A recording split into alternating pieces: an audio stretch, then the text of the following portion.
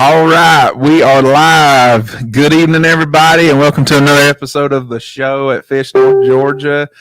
We got a real exciting episode coming up for you guys tonight. We're going to talk power fishing, and this is going to be great. And I got Mr. Tim Hancock with us, Johnathan Farmer. He's on his way.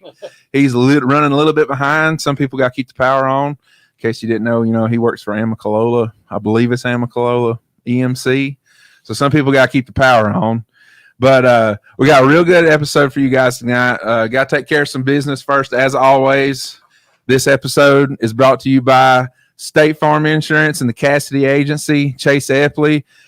Give him a shout. He'll do anything he can for you, insurance-wise, rods, reels, boat, car, tractor. I don't know. He probably got anything and everything. He'll probably insure it. He probably even got house insurance, I'm sure. But give them a call at 678-779-7269. I'm sure they'll really appreciate that a lot. And also the No-Fro Brew Co. If you guys want something good and cold to drink, some kind of adult beverage, that would be the way to go. Go see them guys. They're down there at 400. Thanks, Paul. No-Fro Brew Co. Go check them out down there at 400. Tell them Fish North Georgia sent you, and they'll hook you up down there.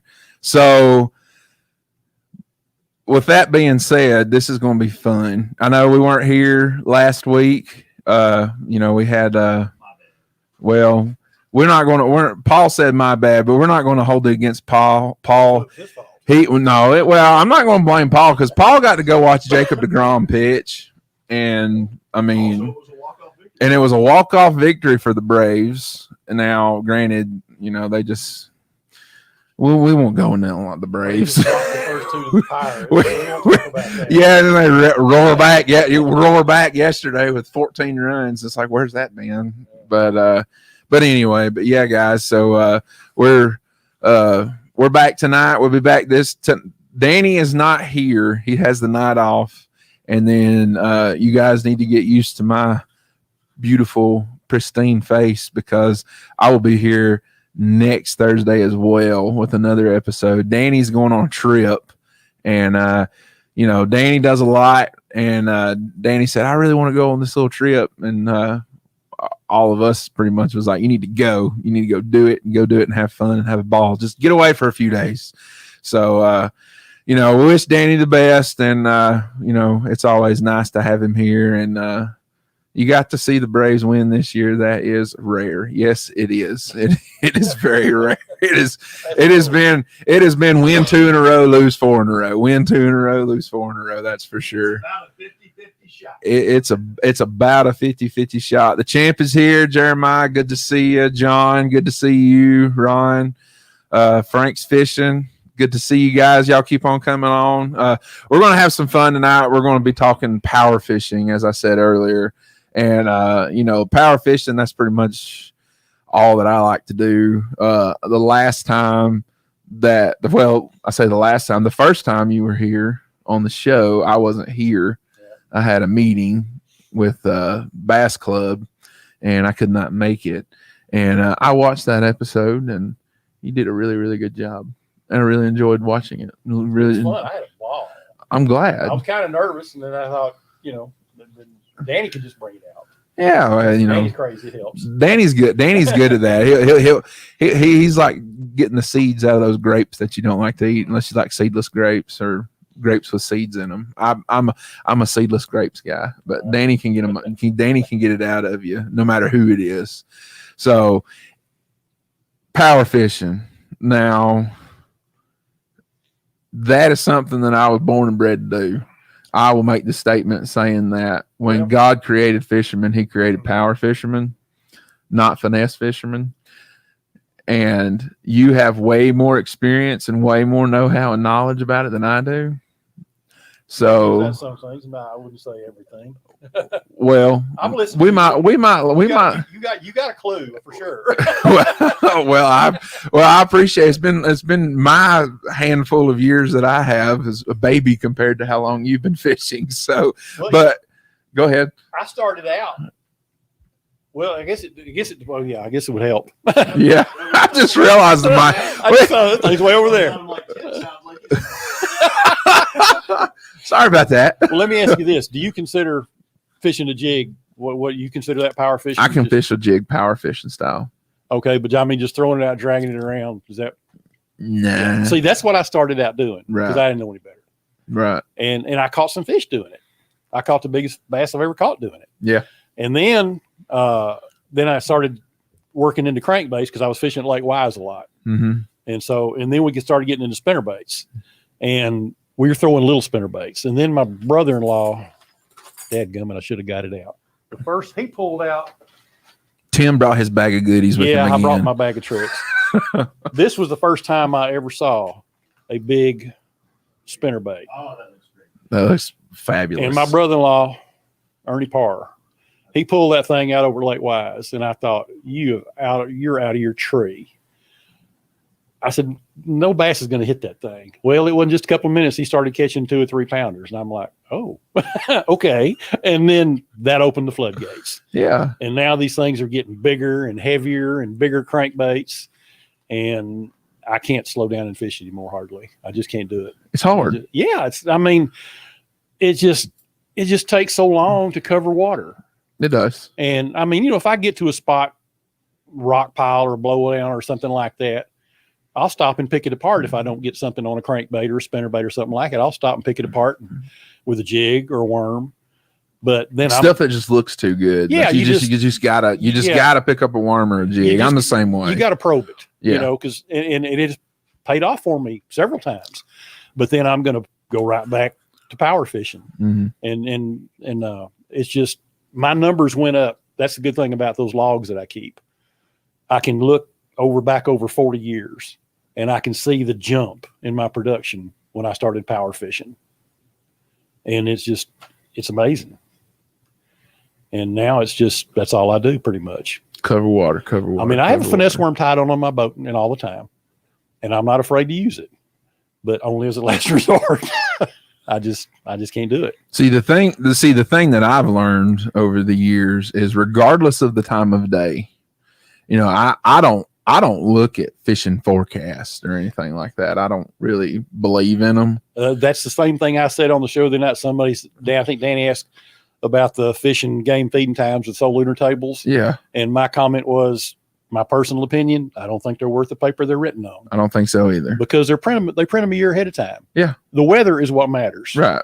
It's all that matters. That's like those old calendars you got that say today is a good day to go fishing, and they have the little fish in the corner of them. Yeah. Today is good, fair, bad, don't go out. I just look at it and laugh now and chuckle. I go, okay, whatever. But in regards to the fishing forecast things, is the way that I've picked it up is I don't believe in them. Mainly, this is just my personal opinion.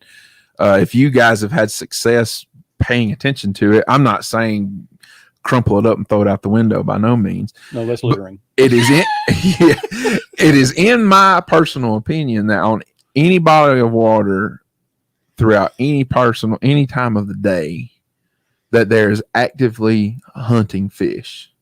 I agree. And the only way to find those actively hunting fish is to cover water. Absolutely. And cover water with a bait that's going to provoke a strike. Absolutely. And that is the way that is how I believe. That's how I have learned to fish. And preaching to the choir. Yeah. So see, me and Tim are on the same book on this. Some of you guys may not like this, but it's if you go to the lake specifically to just go throw a worm, that's great. You're going to catch a lot of fish. Me, I don't go to the lake to just throw a worm. I see guys start out first thing in the morning throwing a worm, and I'm going to go, oh, my God. Yeah. What about topwater? What about topwater? Throw that crap until you know it's not going to work. Then drag out your worm if you want. Well, they eat topwater all day.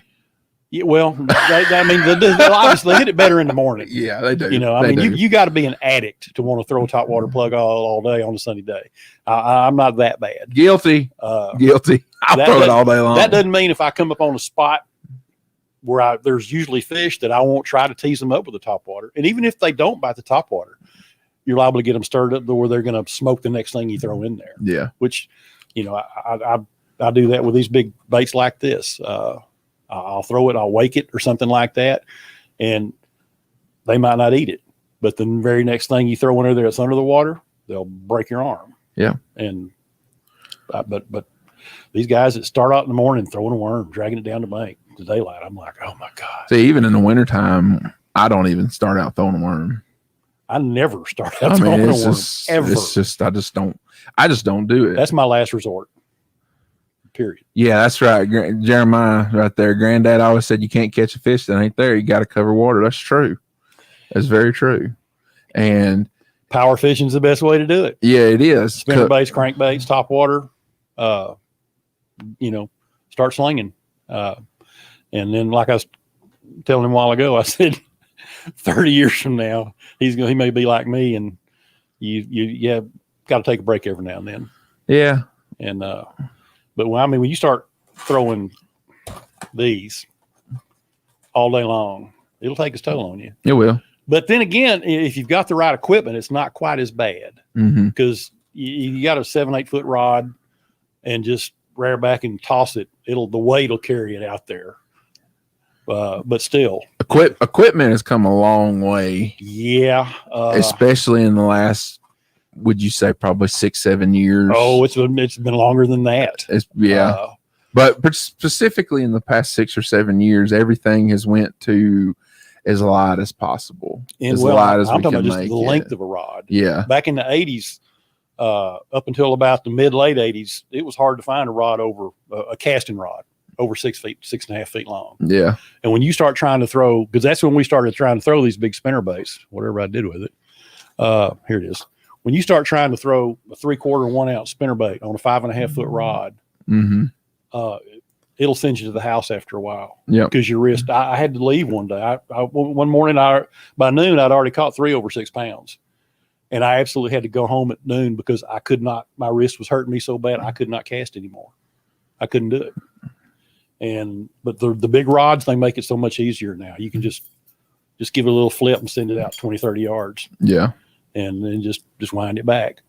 But, when flipping came along, that helped because you could use your flipping stick for a lot of things. I used my flipping stick for throwing the big spinnerbaits when they first got going. Yeah. And God, it made it so much easier. If they hadn't made longer rods, I'd probably be in a sling by now. Yeah.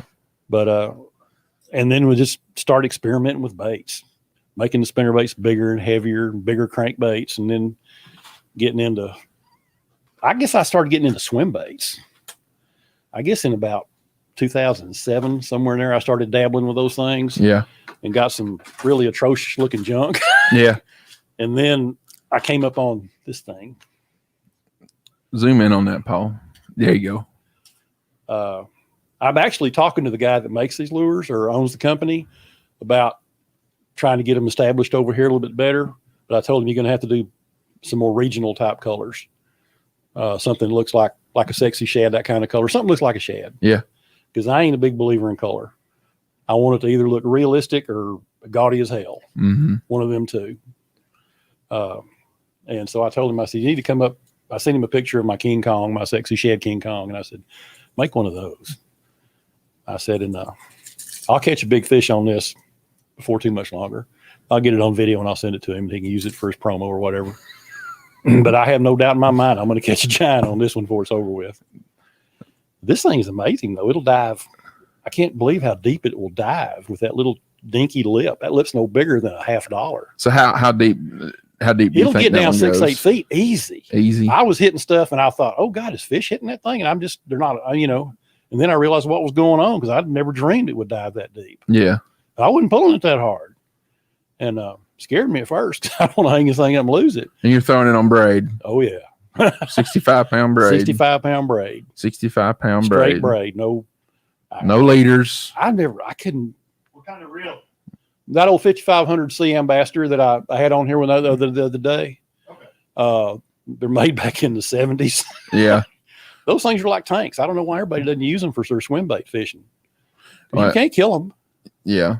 As one of the mistakes that I see people, and Jeremiah watching, he can probably clue in on this too, is people go throw swim baits and, hey, well, I just can't get bit too good on them. Well, what are you throwing it on? Well, they start saying, blah, blah, blah. Well, I'm throwing it on a 7 3-to-1 gear ratio reel. It's a little too quick. because if you're going to seriously go throw some swim baits like that size, you want to make that bait look as natural as possible, because a bait that size isn't going to be swimming through the water that fast, naturally. So slowing your reel speed down, and, I think some guys think that, power fishing, it's throwing it and reeling it back, and you're reeling like this all day long. Mm-mm. Now, power fishing, there are different levels to power fishing. Slow rolling spinner baits. You can power fish a crankbait and reel that crankbait like this, because there's some days where you throw that crankbait out there, especially in the wintertime, and the only way they're going to get it is if it's moving like this, where it's barely wobbling. Yep. And barely ticking off the thing, but you're still covering water. It's just, I think some people get this misconcept that it's throw it, reel it back, throw it, reel it back. It's way more in depth than just throwing a bait out there and reeling it back. Well, crankbaits always had the name hung on them of idiot baits for a long time, because they think you just throw them out, wind them back, No, you stop them and start them. I'll use it like a jerkbait every now and then. I'll stop it and just give it a couple of snatches. Yeah. And I caught a 613 back in March, and they were running shads. I'd already caught like 7 or 8. And I mean, they were good fish, and on a crankbait. They were just out in the middle of nowhere, and I was just blind casting, catching them, just winding a crankbait slow. Yeah. And I threw it out, and something distracted me, and I stopped, and I was doing something, and all of a sudden I about lost my rod. He grabbed it while it was sitting still and took off with it. Yeah. And so you got to experiment. But people think, and you'll catch some fish doing that, just throwing it out, winding it back. Mm-hmm. But once you learn to really work it, then you're going to catch a lot more fish. Yeah. Crank it down, bump it off of stuff. Sometimes you don't even have to hit the bottom. Just depends on where the fish are. This goes back to the thing that I said a couple months ago about finding you a swimming pool and throwing a bait in a swimming pool and understanding what that bait's doing. Because a lot of times mentally, as a terms to power fishing, is you need to be able to understand what your bait is doing when it's in the water. If you can visualize in your mind exactly what that bait is doing, then you'll understand, well, maybe if I twitch my rod with a spinnerbait and make those blades clap together, what's that look like? Make that skirt flare out a little bit. We call that fluffing. We used to do that to a spinnerbait. Just wind the snot out of it and just stop it for a second. Yeah. Just make the skirt flare out and then start it up again. And boom. We used to, and I know this it's got nothing to do with bass fishing, but when you used to go to the Coosa River, we get bored sometimes if the fish weren't biting, and we'd see this gar swimming around. Yeah. And it was a good example of what you're talking about. You could take a spinnerbait and run it right in front of a gar, and it wouldn't even look at it twice. But if you ran it in front of him and fluffed it for a split second, he'd turn around and knock the snot out of it. Yeah. Every time. Yeah. Just that little interruption in the blades, a little fluff in the skirt, and it would draw a strike every time. Yeah. And it works on bass. Just to provoke a reaction strike. Because sometimes you're going to catch fish and just throwing a bait and reeling it back. Yep. But you will not catch as many fish if you get around a piece of structure, a blowdown, or anything like that, or a clump of grass or whatever, wherever you may be fishing. Make that bait do something a little bit different. Mm-hmm. What it's doing. Yeah, exactly. There's a great video on YouTube of Kevin Van Dam talking about fishing a spinnerbait and fishing a swim jig. And he's talking about it for about 10 minutes, each one, about what he likes to do. And what he wants to do when he gets near a piece of cover, when it's in open water, when it ain't around anything, sparse cover, what he wants it to look like and what he's trying to imitate. Mm-hmm. And just by watching that video and them showing the underwater footage of it, it really starts making your mind start to work a little bit and to thinking, next time I go out and I'm going to go do this, then let me try this and maybe I'll see what'll happen. And when you do something, make a mental note of it, because whatever you did, you need to keep that in your back pocket to do it again. Yep. So, guys, Jonathan's here. He's hiding behind the camera. He's hiding behind the console. If we can get him to wheel around here, we'll get him in.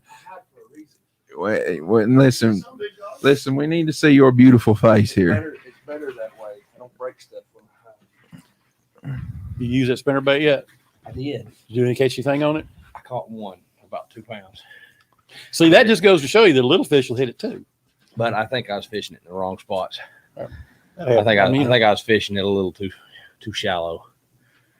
Well, I mean, but that just goes to show that it'll catch big ones and little ones. Mm-hmm. That's one of the things I like about it. You're not gonna, when you start throwing that big bait, you're not gonna rule out just getting bites. You're still gonna get bites. Like I told Danny, I said, I can't tell you how many crappie I've caught on that stupid thing. Yeah, I mean, I took it to Notley looking for a giant up there shallow, but take it up there in maybe this winter, or take it up there in February, March, and see what happens. Oh yeah, that big blade right there thumping through there will catch one of them Notley trophies. This is something else I play with. Got a musky lure there. Yeah, this really, it's a showgirl, cowgirl, a double blade thing. It's got a big treble hook on it. that's an independent special right there. But it had blue and silver on it when I bought it. I added the red. Go up to Hiwassee up in the river and catch muskie with that, because there's still muskie in that lake. Yeah, but I've caught bass on it. Only thing is you got to wind it pretty fast. You can't mess with this one too much because the blades collapse and you got to jerk it to get it going again. It's kind of like a rooster tail, that kind of thing. If you try to wind a rooster tail real slow, the blade will just collapse on it. Yeah, and you got to jerk it. Yep. But that thing, got to get the blade moving again. It'll catch them. So now you're coming in, you kind of catching in on the end of what we're. Oh, well, I say Robbie. not the end of it, but Well, I mean, Yeah, Robbie's got my baits ready y'all for keep me. talking. Eventually, I'll catch on.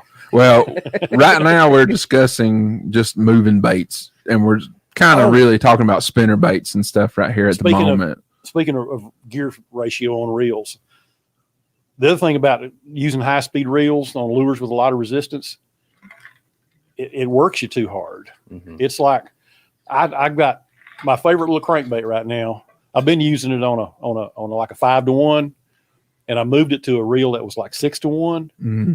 I couldn't believe the difference in how much resistance it offered. Yeah. And if you try to throw a spinnerbait like this on like a 7 or 8-to-1, You work yourself to death. it's just no fun. Yeah. You can't feel what it's doing. I'm pretty sure the higher the gear ratio too, the more and more you lose on the torque of the reel as well. Well, it's like I told Danny on the show the other day. It's like trying to ride a 10-speed bicycle uphill in high gear. Mm-hmm. You've got no power, and your low gear ratio. That's what gives you the power. I throw my big crankbaits, like 6 and 10 XDs. I throw them on a 3-to-1.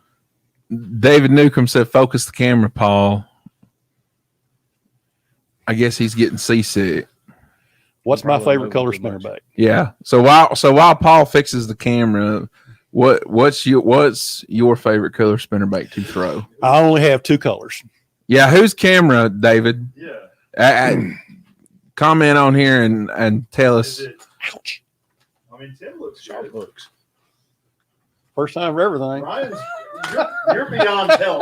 Like, that's all I can. Well, Ooh, Oh, y'all are cruel. don't show me. You don't need to show me. Oh, Farm, you look okay. you're the best looking one out of all of us. Look red as a beet. I went fishing yesterday. I did And tell you for a little while. that cloud covering got scorched. It's better now. Okay. Well, thanks, David. Thanks, David. We appreciate that for letting us know. Okay. Color. for We're who- all 3 of us are going to tell our favorite color spinner baits. That's it. That's it. That's it for me. One of the other. So a solid chartreuse. Now I'll mix up the blade colors sometimes, but the skirts are either white or chartreuse, Right. and the blade depends on the watercolor sometimes. But sometimes I'll use this in clear water. I found that if you've got a lake that's got a lot of jackfish in it, pickerel, for some reason or another, they won't bother a chartreuse spinnerbait. They'll hit it, but not as bad as they will a white one. Yeah. So if you want them to leave you alone, start throwing a chartreuse one. Then the bass will hit it too. Sometimes I think they can even see this from farther away. Mm-hmm. But like I when I was here last time, I was telling him about Lake Horton down there in August and September, the dead heat of summer. That's when the still had grass in it. The water would be 15 feet deep, 12 feet deep. The grass, where you could see it on your depth finder, come up to the surface within about 3 or 4 feet. You could actually see the bass laying on top of the grass. and you could just take one of these and throw it just as far as you could and just get it down about top of the grass, and they would just smoke it in the middle of the day. Yeah. That's not normal. Not on, unless you've got a lake with grass in it. So, so what's your two favorite colors? I say two favorite colors. If you had to throw spinnerbait all the time, what would be the colors you're going to throw? Something probably like in glimmer blue and like a white chartreuse. Well, see, most of these skirts are blue glimmer. Mm-hmm. Some kind of blue glimmer mimicking that herring.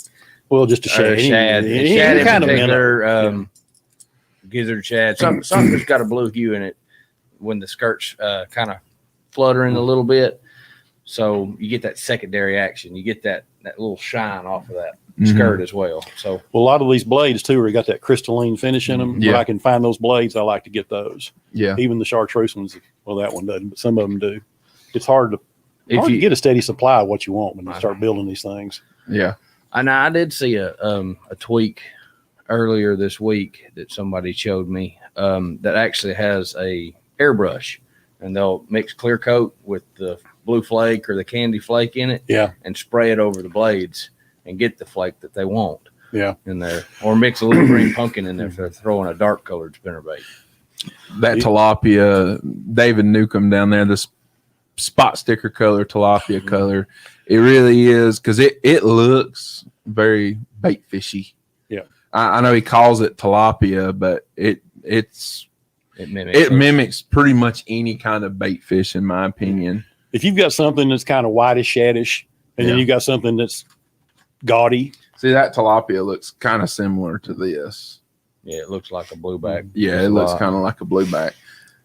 Something I've learned is that in most cases, bass ain't nearly as picky as we are. Mm-hmm. They're opportunists, Scream something by their head, they're gonna eat it. Sexy shad's the way to go. Yeah, I hope I can get that guy to make one of these with that sexy shad finish. Spot remover. Yeah, spot remover. Oh, Johnathan didn't see this. Good God. Hold on to that thing for a minute. Are we fishing for tarpon? I'll catch a bass on that before the year's over with. Oh, I know it. And I'll get it on video. We're looking for one that's over 6. Yeah. That's right. But it would not surprise me to catch a 3. Get one to eat that under 3. I was fixing to say it wouldn't surprise me a bit. Yeah, I started to say 12-incher come up and eat it. It wouldn't surprise me a bit. I have two times of the year. I throw chartreuse and white, and I throw solid white. But I have 2 times of the year specifically where I'm going to throw a spinnerbait, and I have 2 specific skirts. One's purple with silver, metallic silver, and I throw that one in the spring, early spring. Like we're talking. What's your reason? What's my reason? Yeah. Because in my opinion, largemouth like purple. Okay. That is just my personal opinion, but I've caught more largemouth on Lake Lanier and Lake Hartwell on that specific spinnerbait, and I'll show you that spinnerbait later. I'll show you that spinnerbait later. But I've caught more fish. I lost one that me and my partner both seen it this year, and I haven't really talked a whole lot about it. Is the end of February, and it broke my spinnerbait blade off because it grabbed the blade. Oh yeah, and it pulled the barrel swivel apart. Yeah. But this fish, I seen the fish come out of the tree in about 2 foot of water in 48-degree water temperature, come out and get it. And it was every bit 8 pounds, and it was in Lake Lanier. I've got one day water was 48 degrees. I caught an 8-pounder on a spinnerbait on the big willow leaf in about 5 feet of water. Mm-hmm. And then I turned around and caught a 5-pounder 40 foot deep on a spoon the same day in the same lake. Mm-hmm. So, but they will hit that. 48 is about as cold as I've ever caught one on a spinnerbait, on that big spinnerbait. Yeah. But now, this past December, I caught one out of 44-degree water on that King Kong, which frankly shocked the hell out of me. Yeah. But it still ate it. Just a little tip for any of you that are watching that may be wondering. In my opinion, and this is just my personal experience of doing this, anytime the water temperature is about 46 to 54, 55, the slower you can roll that spinnerbait, the better. Because they want something that's a big profile, something that attracts them, and something that they don't have to think they don't have to exert a whole lot of energy to go get. That's why. And if what energy they do exert to go grab that spinnerbait, it's going to be worth it to them. It's the example I used to use. I tell somebody, I said, would you walk a block for a vanilla wafer? Well, hell no. Right. Would you walk a block for a big steak dinner? Well, yeah. Yeah. Well, there you go. Exactly. I think every fish has a boundary, a limit that it won't go beyond to eat a bait. Yeah. I mean, and that can vary with the size of the bait. Yeah. But I think there's a boundary that no fish will go beyond at a certain time. And that's why, like on a cold front, a lot of people want to drag a jig. I ain't going to do that. I'm going to throw a crankbait. I'm going to throw a spinnerbait, but I'm going to make my cast a lot closer together. Mm-hmm. You're probably going to drag a jig. I'll drag a jig, but I like to crank. I'm a big cranker. Yeah. Just like yesterday, we were on Lanier, and the topwater bite's starting to fade that I've seen from what it had been previously for me on the south end. They were coming up and just about really hitting it with a closed mouth because we wasn't putting any hook in them. Not a thing. Well, my mind went, I can get a big dick crank down there and make that stop and go pause, not touch nothing, just change my cadence. I could probably get them things to eat. But I was somebody else's boat. I didn't have any of my crankbaits. But let me ask you, are you sure they were bass and not stripers? Oh, they were bass. Okay. Because I know stripers are bad to come up and swat a lure with their tail. These were big spots that were coming up. Ron Swinford wants to know, Tim, what is the size of that big willow blade that you got? I'm assuming he's talking about that chartreuse one, that full chartreuse one. Okay. Yeah, I don't use this anymore. Mm-hmm. I just brought this because this is the first one I ever saw. Yeah. The first big spinnerbait that I ever saw anybody use. It's number 7. Number 7. I occasionally drop down and use 5s, but it's either 5 or 7 and mostly a 7. As long as it's a Hildebrandt blade. Nope. I just buy blades. I like Hildebrandt. I like the way that they're. Do they make 7s? Yes. I know I've got an 8. You have to order them. Yeah. You can go to Hammond's right now and buy 6s. Well, see, this is a 7. I've got some 8s. I think I've got a few 10s laying around somewhere. 10. Yeah. I think the one you gave me was a 7. Yeah. And but yeah, they're 7s.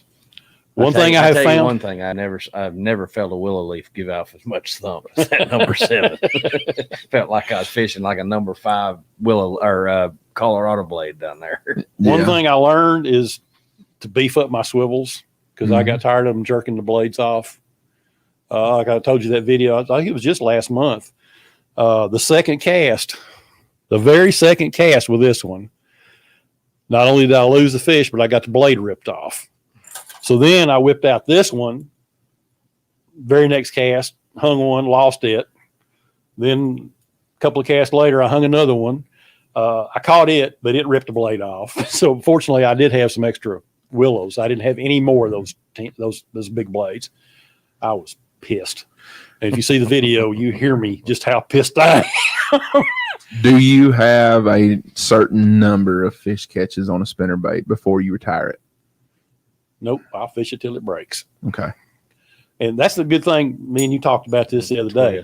With these twist eyes, these don't break as bad. Right. With our bends, even if no matter what you do to that bend, like you were talking about, when you get a big bass on and you get 65-pound line and you jerk, that thing, it's liable. It's going to open straight up. And you got to bend it back. And after you bend it a few times, 5-6 fish, it's broke. It's gone. And usually if you're lucky, you'll get the body and the fish back. You'll lose the blades and everything else, but you'll get that part and the fish back. Sometimes it works the other way. But get the blades back. That happens to me mostly. But you gotta be kind of particular about what size wire you use. You can't use too light, and I don't like too heavy. 45 is a real good middle of the road that I like. Yeah. Now, but on these great big ones, you just about got to use buzzbait wire. Essentially. Where'd I put that big old honking thing at? God, how'd it get disappeared so fast? I didn't take it. I swear. I don't have it. Oh, I don't have it. I don't have it. I don't have I it. got it. I don't. I'm not a master of sleight of hand. I thought it was in here. How fast of a reel, is that Michael Temples wants to know? How fast of a reel are you using when you're throwing those spinnerbaits? I think you already I had it touched laying here in my lap. My old ambassadors are all 4.7 to 1. So slow. Because See, the but it's- slower it I is, was the gonna better say, it's going It's to be. hard to find them 4 point somethings now. Oh, you can get on eBay and you can find a million of them. Yeah. If you want to buy, I meant like for somebody that just went into a tackle shop. oh, you ain't going to find it. ain't The gonna slowest find it. one that I It's like a found in 5.3. attack is a 5-1-1. Lose makes it. The BB1 Classic, Lose makes a 5-1-1. That is like the slowest that I have seen as See, far this as a is- low profile reel. Heavier wire. This thing weighs 3.25 ounces. I've been playing with it a little bit. Hadn't caught anything on it yet, but it's getting kind of tough right now anyway. And I've been fishing in the mornings. I prefer to fish in the afternoons, but I prefer not to get caught in one of these thunderstorms either. Yeah. So we ran from that one yesterday. yeah. So in the mornings I go fishing. The fishing's not as good. So it is what it is. If I can catch a sunny day and there's no thunderstorms and the wind's blowing, I go fish and I'll catch the snot out of them. The wind is your friend. Don't ever forget that. Yeah. Shimano brought back the PG Corrado. I'm not a Shimano guy. I have thrown some Shimanos, but I actually don't personally own a Shimano. And he's reaching for one right now. There it is. That's right. That was one of the first ones they ever made. They made a 100 and then they made a 200 with a little wider spool. They also made a 300, but this is a 200. This is- 300, that's a lot of line. yeah, I don't have any of them. But this one, this is the one, the very reel I caught my biggest bass ever on. That little reel right there. And you throw your spinnerbaits primarily on braid? The smaller spinnerbaits, I didn't bring any of them, but I've got my own version of the mini me, Mm-hmm. and I throw them on either 20 or 25 pound P lines. So you still throwing heavy line. I ain't throwing a spinnerbait on anything less than 20 pound line ever. Never, ever, ever. That's interesting. Yeah. Because I throw heavy line, but I strictly throw 17. It's Heavy. just one less size of line I have to buy. Yeah. I mean, I've got 4, I've got 6, I've got 10, I got 12, I got 15 and 20, and then it goes up from there. Well, the only time I don't throw 17 is Eufaula, And I like 20 line. Seminole, lakes like that. Sinclair, I go to Sinclair, I won't throw 17. I like because 20 they're- pound for my top waters Yeah. or braid. Yeah. Uh, I got away from braid. I used to throw top water on braid. I just don't don't anymore. I throw my spooks on braid because I can chunk them a mile and you just get better hook sets. Yeah. I used to throw one of my glide baits on 25, 30 pound mono. And I could throw it so far and I was losing fish because I couldn't get a hook in them. There's too much line stretch. So I went to braid and that stopped that junk. Mm-hmm. Braid will aggravate the hell out of you sometimes. You get it caught in a swivel on your hooks or get it all wrapped around your hooks or some crap like that, and you want to pull your hair out. But it's just, I got to use it. Got to use it. I don't like it, but it's just a necessity. And throwing these spinner baits with this twist eye, it's a necessity too, because sometimes your bait will tumble and you'll get your line up in there in that crack. And if you're not using heavy line, you don't catch it when it happens. Mm-hmm. It can cut your line or pinch your line, especially if you get a big fish on. So 65 pound braid gives you a little cushion, little room for error. Jeremiah wants to know, so are you mostly using the spinnerbait around heavy cover? No, Open water. Anywhere. Anywhere. I'll use it anywhere. Anywhere. Now, if I'm fishing grass, like the Coosa River grass, like at Wise or Lake Ackworth or Neely Henry or places like that, I'll still use an ounce spinnerbait. Mm-hmm. You'd be amazed. That video I put on the other day, I was using this one, one like this with that blade. And even with this thing weighing over 2 ounces, it was ridiculously easy for me to keep this thing right under the surface. These blades offer a lot of lift. Yeah. So you can throw them in around shallow junk you might have to lighten up to 1.5 ounces. The thing is, this is what you got to watch out. To 1.5 ounces. The thing is, when you buy these heads, if you buy 1.5 ounce head, it's going to weigh a little less than 1.5 ounces. But I built one the other day, and by the time I put the blades and the hardware on it, that added 0.7 of an ounce to the weight. So that 1.5 ounce head turned into a 2 1/4 ounce spinnerbait by the time I dressed it up. The blades, I forget what I weighed. That big old gigantic blade, that cotton picking blade weighed nearly 1 ounce. It's crazy. So that's why those little scales I've got come in really handy. I know exactly what I'm doing. But you can take like this one. This is a 3/4 ounce head. And with the blades and all, this stuff probably weighs a little over 1 ounce right now with those big blades. That's the thing about hammered blades too. They're heavier. They're thicker because they can put the finish in them. But you can't be afraid to throw something like that, I found out. Like I was telling him before you got here, the first time I ever saw one of these, my brother-in-law whipped it out over Lake Wise back in the early 80s. He pulled that thing out. I go, you are out of your freaking mind. And had no bass is going to hit that thing. And he started catching 2 or 3 pound fish on it. And I'm like, okay. Made a believer out of me. And then that's morphed into something like that. So, in return to spinnerbait, ESPN, the Braves. Losing probably. Probably I losing. thought they were off tonight. They're probably losing. Oh, I don't know. What type of knot do you use? We talked about this last time, and everybody looked at me like I was a leper. Let me guess, clinch knot. Old improved clinch knot. Yeah. I use it on braid. I use it on floor. I use it not fluorocarbon. I don't use fluorocarbon. It does not. You don't use fluorocarbon. Nope. You hate it. I tried it one time, and I hated it. Wow. I got my jerkbait. I was using it for a jerkbait, and I hung the jerkbait, and I pulled, and the line didn't break. It exploded, and I'm like, I don't think so. something technical happened. Yeah, technical happened to you. What about you? Polymer. That's all I use is polymer knot. All you use is a polymer knot. Okay. It's like I told Danny when we were here last time. I did an experiment. I put the video on the group page because somebody was on here a couple of weeks before that, and they had talked about somebody mentioned Power Pro or Slick, the Slick line, and the guy said he was afraid of it because he thought it would slip. And I had just bought like a big spool of 50-pound Power Pro Slick, and I go, so let me think about this. So I went out, and I've got a big boat anchor, and I've got a big scale weight, 25 and 50 pounds.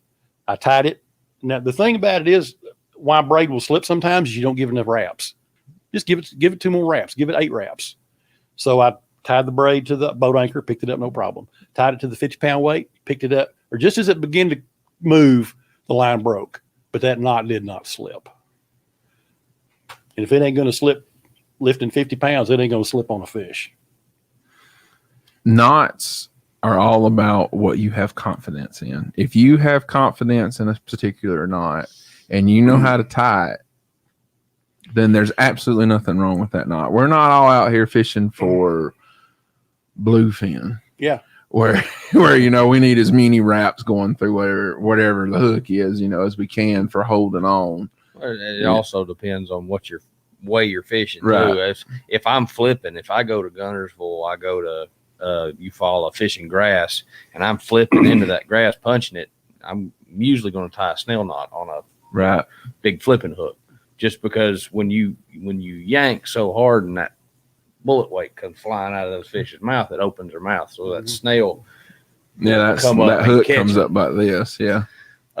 If I'm fishing some type of topwater, and they're wanting, or not topwater, but say a jerkbait, and they're wanting a little more side to side kick, I'll tie a loop knot, and you got that free loop in there to let it kind of. See, I just put a little split ring on it, but I started flipping back in the early '80s, and same knot, jerking 5, 6, 7 pound fish out from under boat docks on Lake Wise. And like I told Danny when I was here last time, if I have ever had a knot failure, I wasn't aware of it ever. I've been broke off. Yeah. But you get fish get you down in a big tree or get something solid to pull against, they're going to break you off. I mean, a 2-pound fish can break 12, 13-pound line, 15-pound line. Yep. A 5-pound fish can break 30-pound line without a lot of trouble if you get something solid to pull against. Yep. So, but yeah, I keep hearing people talk about, knots and leaders and all that. I'm like, okay. As long as it doesn't burn my line, I'll tie it. Yeah. The Palomar will burn your line if you're not careful. If you tie your knot, flip it around, and just pull down, it's going to burn you every time.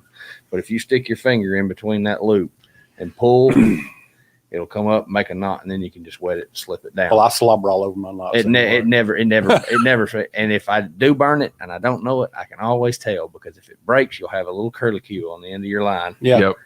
That's how I know I've never had a knot failure, because anytime it's broke, even with a clinch knot, you're going to have that little bitty that's right at the end. And yep. I've never seen that. So for anybody who don't know that, if you break off and you're like, man, that fish broke me off, maybe your knot failed. If you come back and it has a little curlicue like that on the end of it, your knot failed. I mean, if I tie a knot and I pull on it, because I pull on it hard, with braid, it'll almost dig in my hands. I pull so hard testing it. And if you could pull it apart like that, then you tied a bad knot. Yeah. But if it's going to fail, I'm going to find out then, not when I set the hook on a fish. I'll throw the improved clinch knot on some things, but the majority of what I throw is the double San Diego jam. And the double San Diego jam, all you got to do when you tie it is all you have to do is just pull it till it cinches down. I don't do this after that. I let the first fish that I get a hook in, it will cinch that knot down as tight as it needs to be. It won't. I mean, it don't need to be no tighter than that. Well, when I tighten mine up, I pull it on the main line, and then I will take my pliers on the tag end, and I will clamp down on the tag end and pull that real hard too, and then clip it off. Yeah. I can't pull it hard enough with my hand, but I'm going to grab it with a pair of pliers and pull as hard as I can, and then clip it off. And guys, and I'm going to say this too, and both of y'all may know this too. Guys, if you're trimming your tag end of your knot all the way down to the knot, you're already doing yourself a disservice. I always leave, and it doesn't look cosmetically the greatest in the world, but I always leave about an 1/8 to 1/4 of an inch roughly worth of tag end left over. What about that 150 yards you just threw out there? It ain't gonna matter if a little tag end's sticking out right like that. Exactly. 150 yards, I didn't see it. Exactly. I think we said this earlier. I think we give fish too much credit sometimes. We give fish way too much credit. I've said this before on here. Fish swim, eat, spawn, and react to their environment. They don't do anything else. They do absolutely nothing else. They don't go chit chat down the block. They don't go have a beer with each other. They swim, they eat, they spawn, and they react to their environment. It's like I told Danny last week. I said, fish don't think. And they don't. When I was here, I said, fish don't think. I said, they just do their thing. What the fisherman needs to do is try his best to understand what that thing is. Yes. And, y'all have got it so much better than I had it.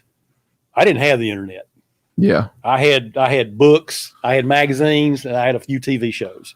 And the TV shows are basically nothing but friggin' commercials for whatever lure they're trying to sell. So you got to take all that with a grain of salt. Helicopter lure. Yeah. That was on that thing. Yeah, that's what we're talking about. The helicopter lure. Oh, helicopter. But yeah, that's, so y'all got it so much better than we did. I mean, they had some tournaments on TV, but not the kind of coverage they do now. Mm-hmm. The best thing somebody can watch is MLF. They got a camera in every boat, and that ain't no bull. Yeah, they're staging that crap, They're going to lakes and catching fish. I heard stories a long time ago, and this is somebody that supposedly knew, is that there was one famous TV fisherman that when he went to film a show, there was 3 boats. There was his boat and a camera boat and a dive boat.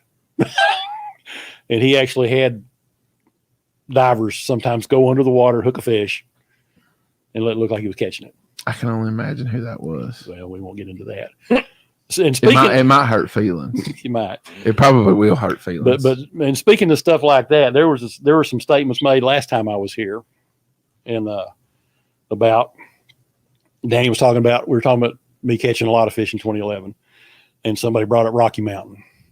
And they said that the DNR made bait changes is the reason that so many fish were caught up there that year.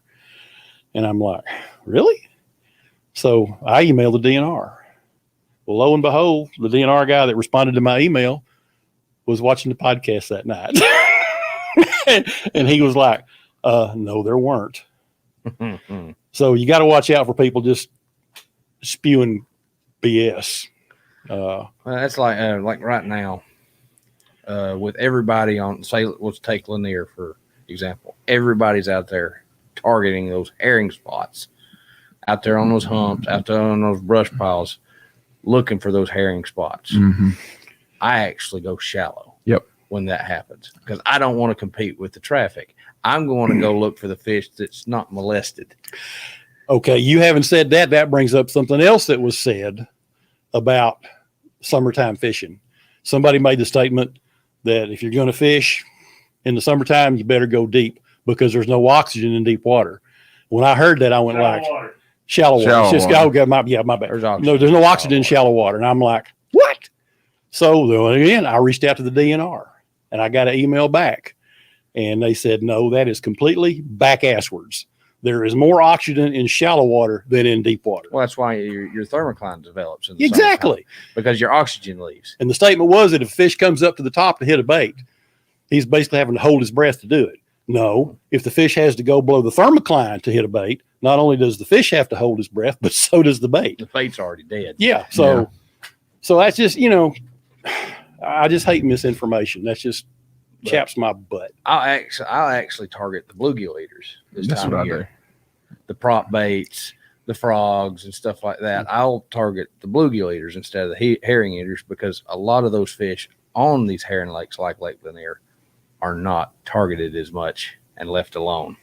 I've also heard it said ever since I can remember that there are always some fish shallow. Oh, There's fish that live shallow year round. It don't matter if it's 40 degrees or if it's 90 degrees. They're well, going that's to like live there. I told you I caught a 7-pounder on that King Kong Swimbait in 44-degree water. Mm-hmm. That thing doesn't die but about 3 feet on a good day. Yeah. So that fish was not deep. Mm-hmm. And he smoked that thing. So I'm a firm believer. I don't know about you two, but I'm a firm believer. The bigger fish are loners. They don't school up. The 6, 7, 8 pounders. You'll get them school as much as say the 3 and 4 pounders. I think it depends upon the fishery. But it does happen because I pulled up. I think it was 2 years ago. I pulled up on a spot with this King Kong, and a spot no bigger than the hood of small SUV. I threw that. I caught one that weighed 9.7. I threw back in there and caught a 6.3. I threw right back in there and caught an 8. And then I couldn't get another bite, so I changed baits and caught another one that weighed 8 something. Mm-hmm. But I had 4 giant fish off at one spot. No bigger than that. But where I come from that is, say, like I'm on Notley, and I've come down a row of docks. Like I like to fish. That's about all I do this time of year. Is I'll fish docks because there's always some type of cover under them. Oh, yeah. Yeah. So the fish are always going to be there. 12 months out of the year, there's going to be a fish around the dock. But I pull a 3-pounder out. Here comes 4 or 5 with him. Well, the next dock down, I hit a 6-pounder. Nobody comes out with him. Mm-hmm. He's out there by himself. Yeah, I've caught them grouped up before, but then I think for the most part, what you say is right. They're loners. They're individuals. But I think a pre-spawn, I think you're going to get staging areas where several of them will gang up just in the same area. Not because they want to be together. It's just because that's a really good spot. And then I think after that, they disperse. Mm-hmm. Yeah. But I've landed on them like that several times over the last few years where you get a pile of big ones. But that's the only time of year it's ever happened. And I think that's why is you got these pre-spawn fish coming up. Now during the pre-spawn, I agree with you because they're schooled up eating. Yeah. But like this time of year, as soon as it gets hot and these fish are done spawning, I think the big ones kind of go off on their own. I agree 100%. Because I've never caught. He says hot water holds less dissolved oxygen, whatever that means. Well, that's not what the DNR guy said. And he actually reached out to the Lanier biologist, and that's what he said. It's the way hot water holds less, but without any surface action, like there's nothing to continue to pump oxygen into that lower layer. Let me come around. You mean come on around. Come speak here, to us, you, Paul. here, you swap. You Educate us. swap with me. I'm gonna go use the men's room. The ladies' room. I'll be back in a minute. All right. And I could be wrong on this too. Tim might be about to. He did take over Danny's spot tonight. Try. He went to use the bathroom. All right. I might be wrong on this too. Tim might be about to call DNR on me. I think what it is cold water has the potential to hold more dissolved oxygen. Well, what happens when you got cold water is cold water is heavier, so it sinks. So it sinks. And that's the thing is in the summertime, after the lake stratifies out, that cold water, since you don't have the mixing because of the thermocline, that cold water begins to deplete. And over the course of the summer, you have less and less DO in that lower layer. And so obviously you got wave action, wind action, rain, whatever, that roils that surface layer. And so that continues to hold a certain amount of oxygen kind of throughout the summer months, throughout those warm water Well, you're months. going to get a little bit of oxygen just absorbed through the, just from being there. Just from being to the top of the water. Yeah. But I think fish don't have to hold their breath to come up to the top. To bait. To your point. And you were talking about that with stripers, because stripers love their cold water fish. They'll go down into that cold lower layer, and then when you get to August and September, that goes hypoxic. There's no oxygen left for them to breathe, and they'll sit down there and suffocate. That's why they talked about a striper kill on Notley a couple of years ago, because a big one up there. You know why that was? They found that they explained it to me. They didn't turn their oxygen diffuser on fast enough. When they oxygenated that lake, it was supposed to help, and if you don't turn it on, it don't work. Speaking of the oxygenator, the bubbles, I put a thing on the group page a while back about the bubbles on Allatoona. They used to be there, and I never knew why they were there. Nobody could ever explain it to me. Somebody said they thought it was because it was to keep stuff from accumulating in front of the intakes on the dam and getting it jammed. Well, come to find out, no, it was an oxygen infusion system. But then when they quit, I didn't know what they did with them. But they said the Corps of Engineers made some other. It was to keep oxygen in the water downstream, because it said the intakes pull the water from the bottom of the lake where there was no oxygen. Mm-hmm. So downstream, the whole river would be devoid of oxygen, and the fish would die. So the bubbles were to keep the oxygen going through the intakes oxygenated. And then they came up with something else after the bubbles. I guess the pipes rotted. I don't know, but they didn't do it anymore. Yeah. But in the summertime, it was awesome, because you could go out there in the middle in front of the dam, and you'd have these big bubbles coming out there, like a shot 5 on a dice, and the water would be 20 degrees cooler than the rest of the lake, and just oxygen rich, and the fish would be just going crazy. Stack up. Well, I caught like 50 in 2 hours one day. It was ridiculous. And we're talking about the cooler water level, and it ain't that far down. It really ain't. No, if you've ever been swimming. If you ever go swimming in a lake, which I'm sure every bass angler that's on here watching tonight has jumped in the water and went down 10 foot and go, ooh, that's cold, and come right back up. You don't even have to do that. I mean, if you're 6 feet tall, your feet are going to be cold.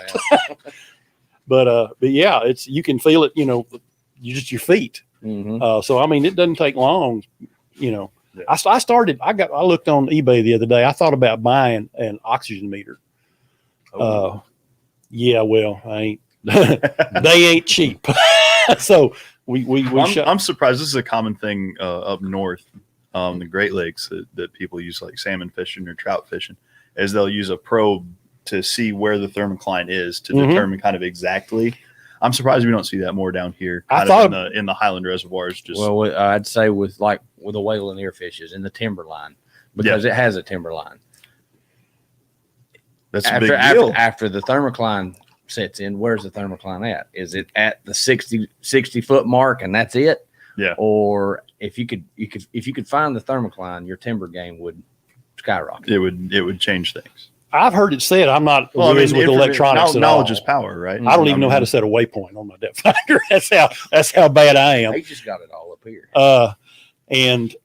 But they said there are ways you can adjust your depth finders, your electronics, to actually show you the thermocline. You have to have it on high resolution. The cold water is more dense. Yeah.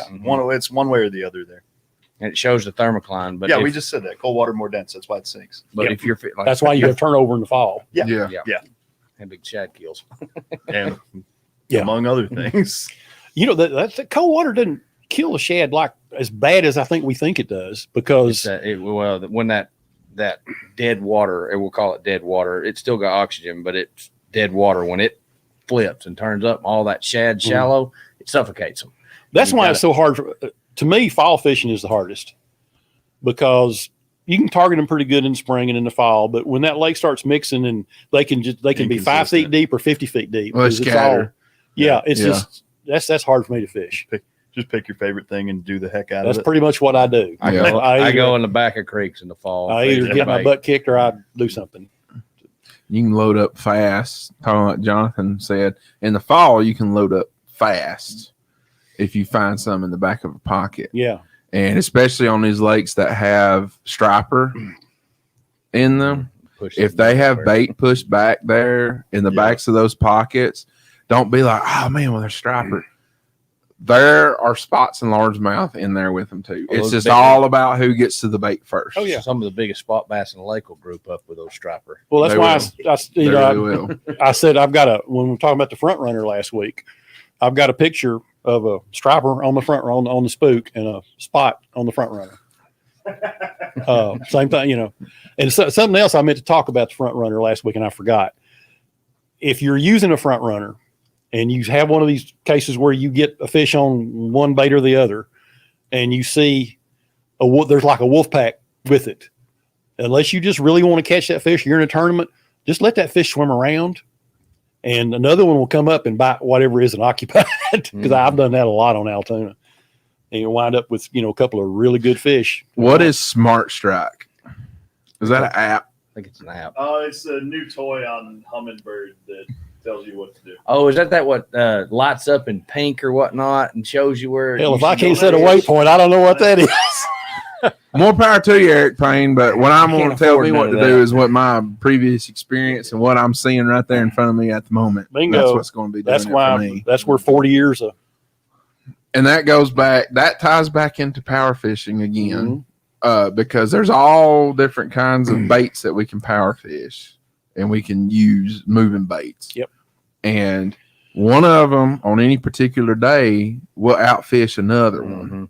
It all just depends upon your wind, sky conditions. That's where Whatever, experience comes in. yeah. That's where time on the water comes in. Yeah. Everybody wants a quick way to get there, but there ain't no quick way to get there. The biggest thing that I can tell you, and you do this with your logbooks, is if you catch fish, if you go out one day and you're throwing a crankbait and you catch 30 fish that day on a crankbait, and it's in November, and you're catching them on chunk rock points, remember that for next November. Oh, yeah. Because you can probably go back and, well, maybe they're not on this exact chunk rock, but they'll be on something similar. It's And like- you can narrow it down from this Mhm. to this and give you a couple hours of fishing to figure out what to do instead of, God, it might have been 6, 7 hours and we ain't caught but 4 fish, Well, it's like the springtime on these herring lakes or any shad lake. Springtime when the herring spawn starts. The shad are going to spawn on any kind of hard cover. But if you go to where the bass can push that herring up a little shallower and pin them, I see the bank as a wall because they can't go any further. Yeah. They'll push them as far as they can get them and just start blasting them. During the shad spawn, hit saddles, long stretch points where them shad are going to spawn at. Bass feeding are kind of like a buck in the rut. Mm-hmm. They just get tunnel vision. I saw on Altoona one day. It was one of the funniest things I ever saw. I saw a shad come out of the water, bounce off a rock, and go back in the water. And I saw a bass come right behind him, bounce off the same rock, and go back in the water. I'm like, okay, that's determination. But, I mean, it completely left the water. it wanted it. You bad. It had its mind on Yeah. it. It had it mind done. That's why I say It it's had like done made its mind. Mm-hmm. that's the thing about these big baits, and we touched on this last time. Is big baits make a bass stupid. You ain't wrong. I finally got one of those cast lures in Yeah. that I ordered. But we were on Lanier yesterday and we fished a little bit down south. or the top water bite of a morning. I was throwing a little bitty dadgummit, popper. No, it was a popper. You're too young to be senile. I know it. Dadgum chug bug. Jug bug. There you I was go. throwing a chug bug, Love a chug bug.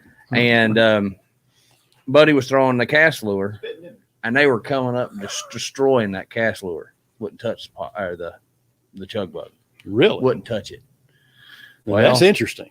I turned around and started throwing a pencil popper, thinking, well, I'll make it a little bigger. Still nothing. And then that cast lure still got 2-3 inches on that pencil popper. Yeah. I threw that cast lure and started getting bites.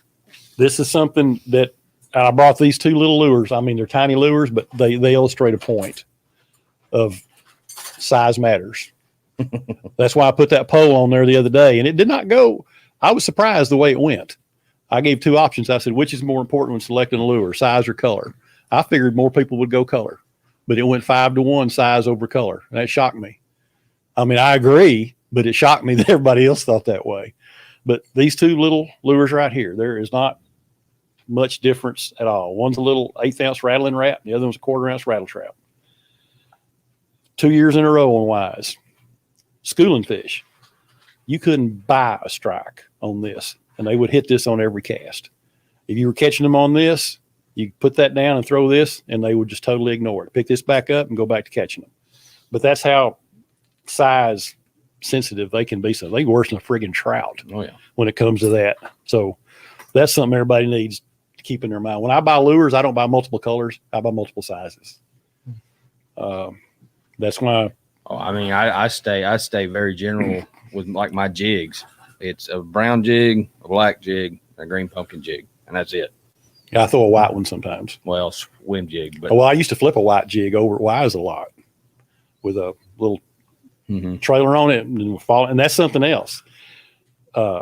Rate of fall on a lure, I found that was extremely important because I flipped a tube for a while. And I flipped it I flipped it at Wise, I flipped it at Neely Henry, and I flipped it at Wee Dowie. And we were catching some fish, and I thought, because I had a real heavy one. It was like, just like a rock. And I thought, maybe if I slow that fall up, they'll hit it more. No, they hit it less. That fast fall, rate of fall was it goes back strikes. to the reaction. Yep.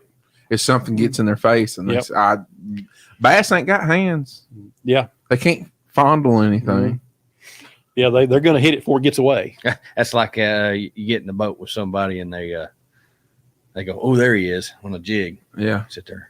Yeah. Oh, there he is. He's still there. Pull up and he's still there, and then swing. I fished a tournament on West Point back in 1980, and I was with a guy. We pulled up on a rock wall, and I was throwing a little worm, and he was throwing a worm, and I was getting bites, and I was just setting the hook on him, and I'd watch him. He'd pick up, and he'd and then he finally jerked, and it was gone. I go, good God, dude, what? Hit him before he drops it. And he was getting pissed because we were using the exact same setup. And he was getting pissed because I was just catching them on every cast, and he wasn't catching any. Well, my God, if you set the hook once in a while, you might catch one. Do y'all fish a double fluke rig? Oh, I yes. do. I never have. I've thought about it, but I hate to fish fluke anyway. So that is how deadly. How do you fish yours? Do you tie it to the hook, or do you put a swivel on the line and let the other one swing free? So I put a swivel up on top of the other swivel and let that thing go. Yeah. So that way it prevents line twist, and also the action of it, they crisscross from one another. And when you stop it for a second and then reel it, they go together like this. And then when you jerk it, they immediately go back out like this. I think I saw Van Dam. I think it seemed like he used like a 3-way swivel and a short they make one and a long one on the other. Yeah. I've got a bunch of 3-way swivels because this old guy that showed me some stuff fishing on Altoona, he used to troll for trout up on Lanier, and he had 3-way swivels rigged up. He would have a big deep diving something on the bottom and then up above it and 3-way swivel and something coming back, and he would catch the snot out of trout. Yeah. My main line is about 18 inches long going up to my swivel, and then my one that's above the swivel is about 12 to 13 inches. I want it when I'm holding it straight up. I want that mainline fluke to come down and that other fluke, the tail of it, to just about touch the nose of the other one. When I have that set up like that, then I know that, because sometimes they'll smack each other. And sometimes when they smack each other, one will come up out of nowhere and just absolutely crush one. But a double fluke rig, donkey rig, whatever you want to call it, that is deadly around any time you find a herring spawn, shad spawn. You can double up. You can double up real quick. I try to fish a fluke one. I've caught some fish on a fluke, but it's just What's up, LJ? too slow for me. In Florida, okay, so Stone Cold Steve D. In Florida last week, I threw Texas rig, Max Scent General. In case anybody wondering, that's a stick bait, shaky head type bait made by Berkeley. About an hour, and then took some. Dang, Paul, I was reading right there. Took and made it a wacky rig, and then caught 3 bass back to back in 2021. PB best, personal best. What the hell? It goes back to the rate of fall. It goes back to rate of fall, and you're changing the look and action of the bait. When you got a straight tail bait and then you turn it sideways and you're letting that bait quiver, that's why a wacky rig is deadly. It's especially around finicky spawning fish. It's and docks. It's real. It can be deadly. Oh, something else I found out. Oh, we got the notebook out. There are bluebacks in Allatoona. Yeah, but the DNR didn't put them there. People no, it's a striper fisherman. There's bluebacks and alewives. The DNR said they would never stock bluebacks in a lake where they're. So you think they're going to try and kill them? How are they going to kill them? They try. Oh, you kill them, you're going to kill every other shad. In the lake. I mean, it's done. It's done. Yeah, it's like spots. Well, that's going to make Allatoona better in the short term, because I've read many times that what makes the bass bigger can also make them disappear. They will. They say that bluebacks will eat bass fry. That is what's going on. I'll say right now, that is what's been going on Lake Lanier in the past while. But we've had the lake has been up the past couple of years. So the fry have had a place to get. See, that's the problem with Allatoona. There's no place for them to hide. Yeah. They cut a lot of trees. Yeah. And that helps some, I've heard. My connection to Allatoona, my old fishing buddy died 10 years ago, so I don't have a good tie into Allatoona anymore. It goes on. I give Allatoona a few more years, and it'll turn into a good lake again if those fish can get some size to them. Because they're all right there. I mean, they're right there where they, in the next 5 years, you're going to start seeing those 3-4 pound spots consistently. The oxygen levels will kill off the bluebacks. Well, why is the oxygen level different in Allatoona? I don't know about that. That's a body of water. Yeah, I don't know. I mean, at this point, almost. Man, I've seen bluebacks in there's bluebacks 6 inches of water, man. And Notley shallow. Shallower changes your oxygen carrying capacity. I don't know. No, but bluebacks like to stay near the surface because they are a sun-oriented bait fish. That's why it's turned all these black lakes. You can go out there and fish topwater through the summer. Pretty much. See, I ain't got to worry about it because I'll be dead by the time all this goes down. or too feeble to fish. Stop cutting your life expectancy. So that's an interesting comment. I've seen, in regards to the way that I like to fish, I've seen bluebacks harassing largemouth to the point to where they won't spawn. Yeah. But up the Chastity and up the Hooch on Lanier, for example, the largemouth population is getting a lot healthier. And that goes back to the past couple of years on Lanier. We've had high water, full lake levels throughout the spring, throughout the first early summer, long enough for those fry to get big enough to where Mother Nature's going to run its course. They're either going to get 8 or they're going to survive. They're not where they're just this big and the first wave of 5-6 inch long bluebacks that come through is going to eat every single one of them that they can. You get the same thing out of gizzards though. Gizzards they'll eat them up too. Yep. But I saw LJ's here. I had to make a shout out to him. I appreciate it, man. I caught one on a drop shot yesterday. See, he's doing something that I'm not even doing, LJ. God, he's still he's drop shotting. It took every fiber of my being to do it. I remember the first time I tried it. I caught a bunch of fish on it. Oh yeah. But I came up with a crazy way for the weight because from what I've seen and heard, you get your sinker hung up a lot and have to break it off. I took split shots, 2 big split shots, and pinched them on the line at the bottom. If you get hung, just pull and just slide them off. There you go. Save your rig. But I caught the snot out of them the first time I used it till I learned. I missed a bunch of fish till I figured out what I was doing wrong. I was trying to wind down and set the hook like you normally do, and that don't work. Just pull into them. I figured that out after I missed about 4 or 5 fish and said words that my grandma would slap me for. But, Oh, and we'll do a little promo for LJ too. It's on your blue lily as well. Everybody catch fish on that blue lily worm. I'm gonna get some, LJ, and I'm gonna put them on shaky head. I'm gonna see what happens. That'll work too. I'm gonna see what happens when I throw a shaky head. When I throw one, and that is when you rare. have to, when you would have Rare. when you got I would rather. choice. I would just rather throw a jig.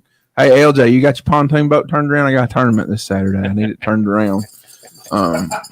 Flip them pontoon boats around where we can get under. I need that pontoon boat turned around before Saturday. As many brim as I seen around these docks. It's loaded. They're loaded. I'm telling you, the next time I go over there, Blue Lily said no. Well, I'm gonna make Blue Lily force. I'm gonna force it down its throat. How about that? So we've been talking spinner baits. I know we kind of got a little bit off track. Started talking about oxygen and bait fish and stuff. Well, that's all part of fishing. So let's ask this in regards to power fishing, and all 3 of us will give our answer. You got one bait to throw all year long to power fish. What are you throwing? What are you throwing? Probably a crankbait. Okay, crankbait. What are you throwing? crankbait. Crankbait. Okay. I'm going to throw year round. I would rather throw a swim jig. And I have done that, and the only time I caught a fish worth mentioning on a jig, it wasn't a swim jig. I was just winding the jig in on about a 7-pounder. Hey, yeah, Now, okay, I'll give a swim jig its due because I love to fish a swim jig because I am a dock guy. I like to fish docks. So a swim jig to me is the best of both worlds. I can skip it under the dock, keep it high in the water column. Well, if I'm fishing bluegill pattern, I can flip it and let it go to the bottom and fish it as a regular jig. I do the same thing with an arky head. I just think you can do about any of that stuff with a spinnerbait, just about. yeah. Hard to skip a spinnerbait under a dock. Well, for me, this year it's been I ain't ever a tried. swim jig year for me because I've been throwing a swim jig since about March, and I literally last Wednesday night caught a lemon on the swim jig. I don't doubt it. I went down. Literally. I went to Altoona 2 weeks ago and was just fishing docks just for fun because I had my little boy with me. What's that? Are jigs a viable option on Lanier? Yes. Yes. Yes. Yes. Get on Yes. Fish North Georgia. Get on Fish North Georgia's website and look at all the True Grit jig colors, and they're dang good. Nate, I'm gonna go ahead and tell you right now, a jig. There is a small period on Lanier where they just will not really eat one very good. It's usually wintertime for me. That's a little bit opposite for me, but unless you're LJ, but there's a small window around the spawn where they don't really want to eat one that good. But immediately after a large population of the fish get off the spawn and go start hanging in the brush, before they'd want to come up, you throw a jig in that brush pile, you'll get bit. You will get bit. There's so many things. I've caught fish on Lanier, you name it. on a jig, man. You can skip it under trees, throw it out in open water, skip under docks, drag it down long taper points. You can do so many things. You can do so many different things with a jig. LJ, what the heck is a jig? Listen, we're going.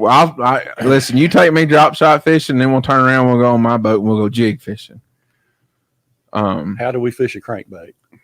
Now I will say this, Nate. Last summer and last August. So one of the big baits, I don't know what you were using, but you put on a jig and you put on a double tail grub, Gary Yamamoto, doesn't matter, whatever, spot sticker, doesn't, really don't matter what brand it is. But if you slide one of those on the back, you will get bit.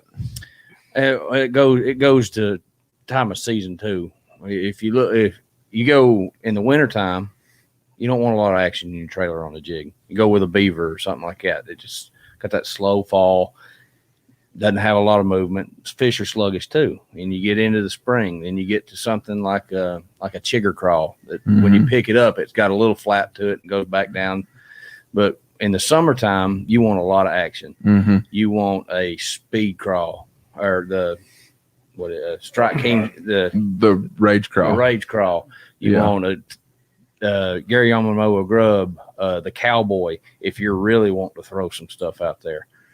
But it's all about water temp, really. Yeah. If the water temp's low, you don't want a lot of action. If the water temp's high, you want a lot of kicking action. Unless you're flipping, then I'll go back to a beaver. The way that I like to fish the swim jig is not like a shaky head. Throw it up close to the bank and reel it back. Specifically, I have more success, and right now I'm currently having success catching fish on a swim jig on deep banks with deep water. My boat is sitting in 40 foot of water, and I'm casting to the bank, and I'm keeping that jig just out of sight. I'm throwing a 1/2 ounce True Grit tackle swim jig in bad shad color. That's my personal color. And you're just going to keep the thing just out of sight. And it's just like a jig bite.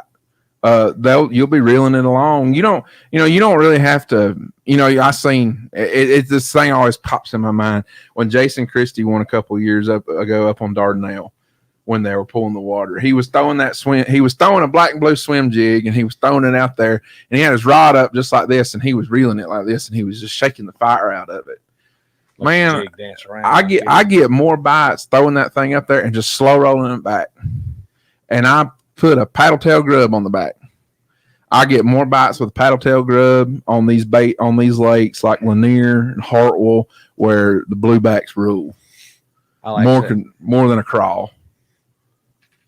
You put a paddle tail grub like the Gary Yamamoto paddle tail grub on the back. Yes.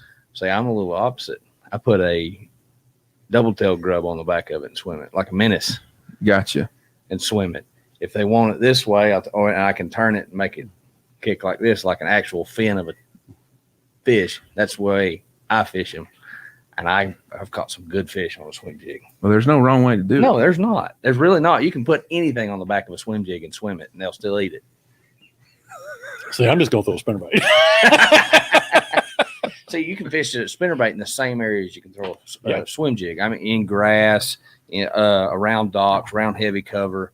It's that spinnerbait for me. When it gets too hot, I put it down, pick up the swim jig.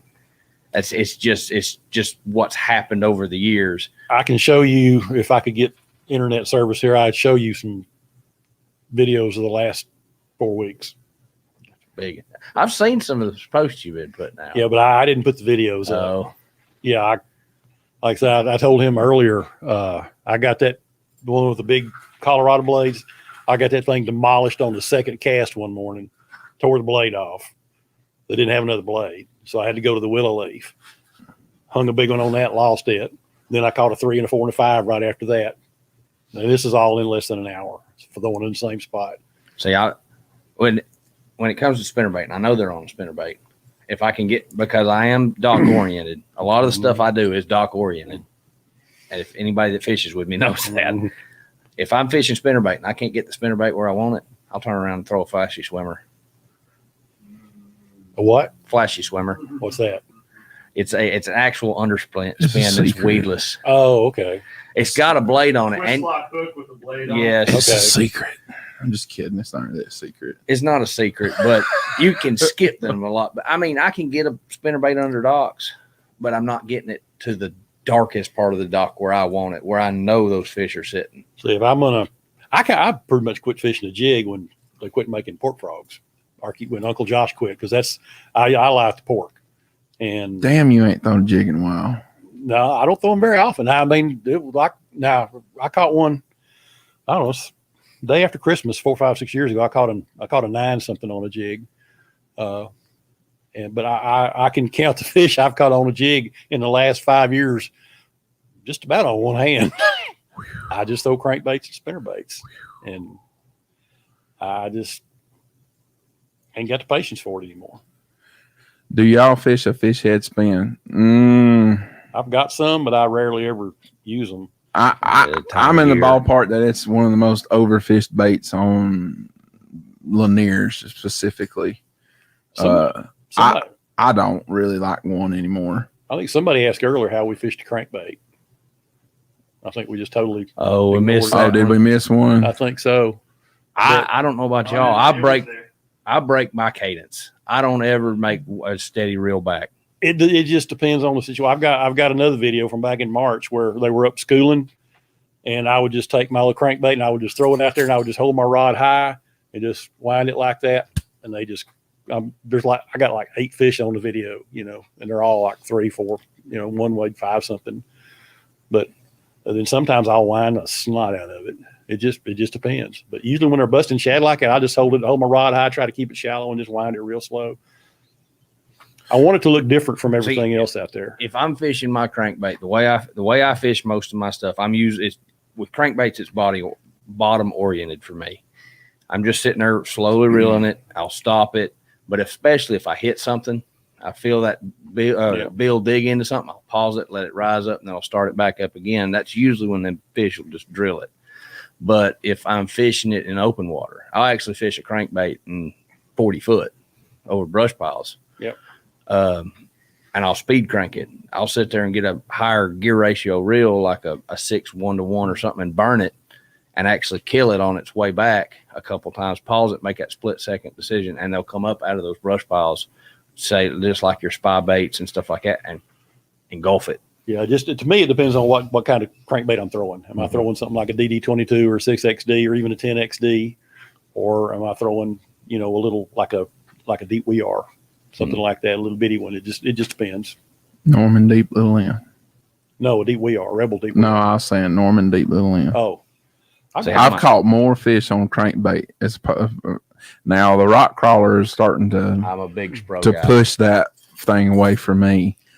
I've caught a lot of fish on a Norman Deep Little End, and it runs about 12 feet deep, and I throw it on 10-pound test line and muddier water, or if I know I'm going to be fishing rocks like all day, if I know the fish is going to be there, I will upsize up to about 14. We got the book out. Danny was obsessed with my book last time I was here. So I actually went back and did over the last 40 years, the summary of how many fish I've caught on what bait. And I've caught, all in all, I've caught more fish on a crankbait than I have anything. And then right behind it's a spinnerbait. Crankbait's hard to beat just about all year, because you can target fish in different depths with a crankbait that you might not be able to reach with certain other baits. Mm-hmm. And it all depends on the style of crankbait, water clarity, what kind you're using. When I used to fish crankbait at Wise, I used a 7A bomber, and I would throw it on 20-pound line because I didn't need to get it deep. But throwing around those stumps, you need to have a little bit of say-so about what goes on. Mm-hmm. And then I'll go to Alatoona and I'll throw a little deep WeAre on 12-pound line and catch big fish on both of them. One time, this was several years ago, we found a herring spawn on the bridge pilings up in Lake Hartwell, and they would not touch a spinnerbait. They wouldn't touch it. And partner goes, he pulls out a DD22 sexy shad color. He fires that thing right up past that bridge column, about 10, 15 feet past it. And he rips that thing down, and he hits he hits the piling. When he hits the piling, he stops it and lets it sit there for a second. He goes to start cranking again. He gets about 2 turns in the handle, and one absolutely jerks the rod out of his hand. He sat there and caught 16 fish on a DD22, the biggest one being 7 pounds, largemouth, on that herring spawn. The herring were up real high, and that was while we were throwing spinnerbait, and they wouldn't come up through. The herring would keep following the spinnerbait back to the boat. And we was, oh man, I'm about to get slammed, Never got slammed. Well, him throwing that DD22 and getting it down there, realized that the fish was hanging out underneath the herring that were spawning on the bridge columns. And when that DD22 come down there, they said, uh-oh, one made a wrong move. And they kept grabbing it and kept grabbing it and kept grabbing it and kept grabbing it. And it was just another one of those little things that you stick in the back of your mind that you remember. Hey, this works. This will work. If it works now, it'll work again when you come into that situation. Can't stress that enough to anybody. You know, I know he's got his book, and it's self-evident of it. Remember some of the ways that you catch fish in certain times of the year, because more than likely than not, that next following year, you can pull that back out and do the same thing and have success again. Yep. If nothing else, it gives you a place to start. Yes. You know, but that's why I say these books are just, I would advise anybody to keep a log. Ever since that trip or that show that you've done, I started keeping a log just because I'm sitting there going, it'd be nice to remember just that one day, like I wasn't getting any bites and I switched it up and threw something off the wall and got 10 all of a sudden. Now I can mark that down and be like, all right, this was my water temperature. This was my conditions. Yep. I've started writing down the moon phase. That way, if I get some kind of similar condition, it don't have to be all of them lining up, but I get something that's close to it, I can go, all right, I can go off the wall again. It might do something. We had a discussion on another forum about the moon phases and people, and he believed in it and I didn't, because that's good. I found a website where I can go back and I can look at the moon phase on any given day, as far back as you want to go. And I went back and started doing some research on days, good days, bad days.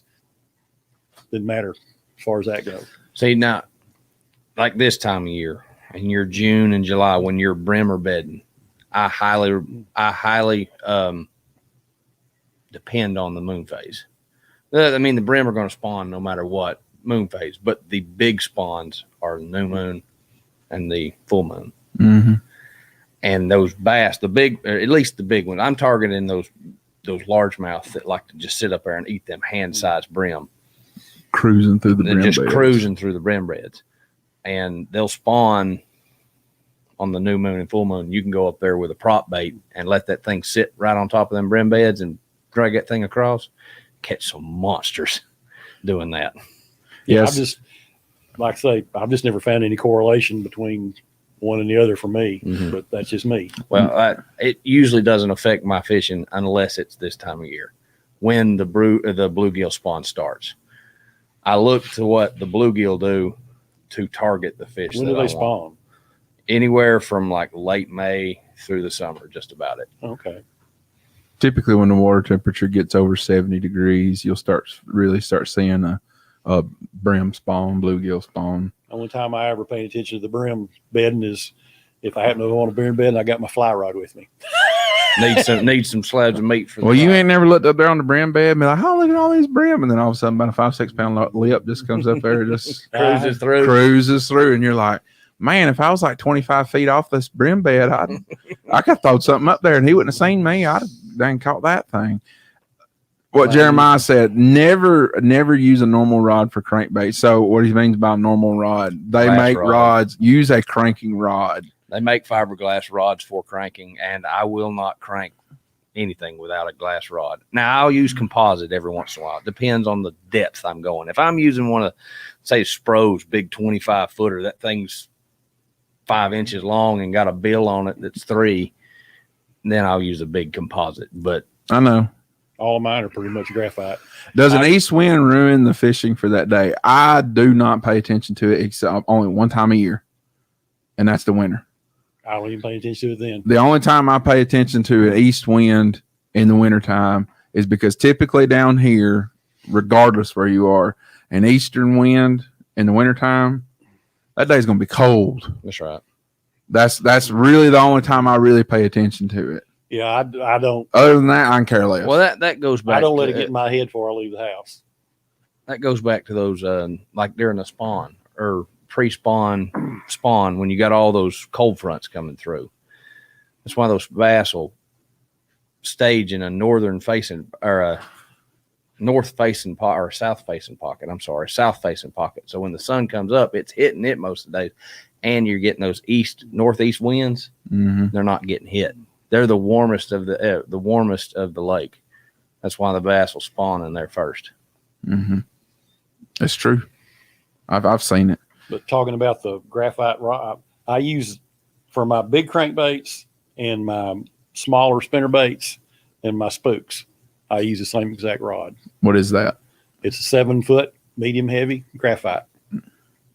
It's got a little tip, but once you get about that far down, it's pretty much backbone. Mm-hmm. But I use it on my spooks. I use like a DD22 or something like that. And my smaller spinnerbaits, like the little mini me's and stuff, I use it on that. Yeah. And but the same exact rod. As far as I've got 6 or 7 of them. As far as the cranking rod too, one thing I'll say about it is, depending upon what size plug and how deep it runs to, don't throw a plug that's too big for your rod. Because not unless you want to make a 1-piece rod, a 2-piece rod. Well, not unless you want to make a 1-piece rod, a 2-piece rod, and if you would like to maybe go home and click the remote on your TV, you'll have a whale of a time doing that because your wrist will be destroyed. That or you'll have a headache. Yeah, because that rod bent too far back, and when you come back through, that little gonna catch you right in the back of the head. Yes, I've got one rod that I use for my little crankbaits, like this little We Are. Look at him. And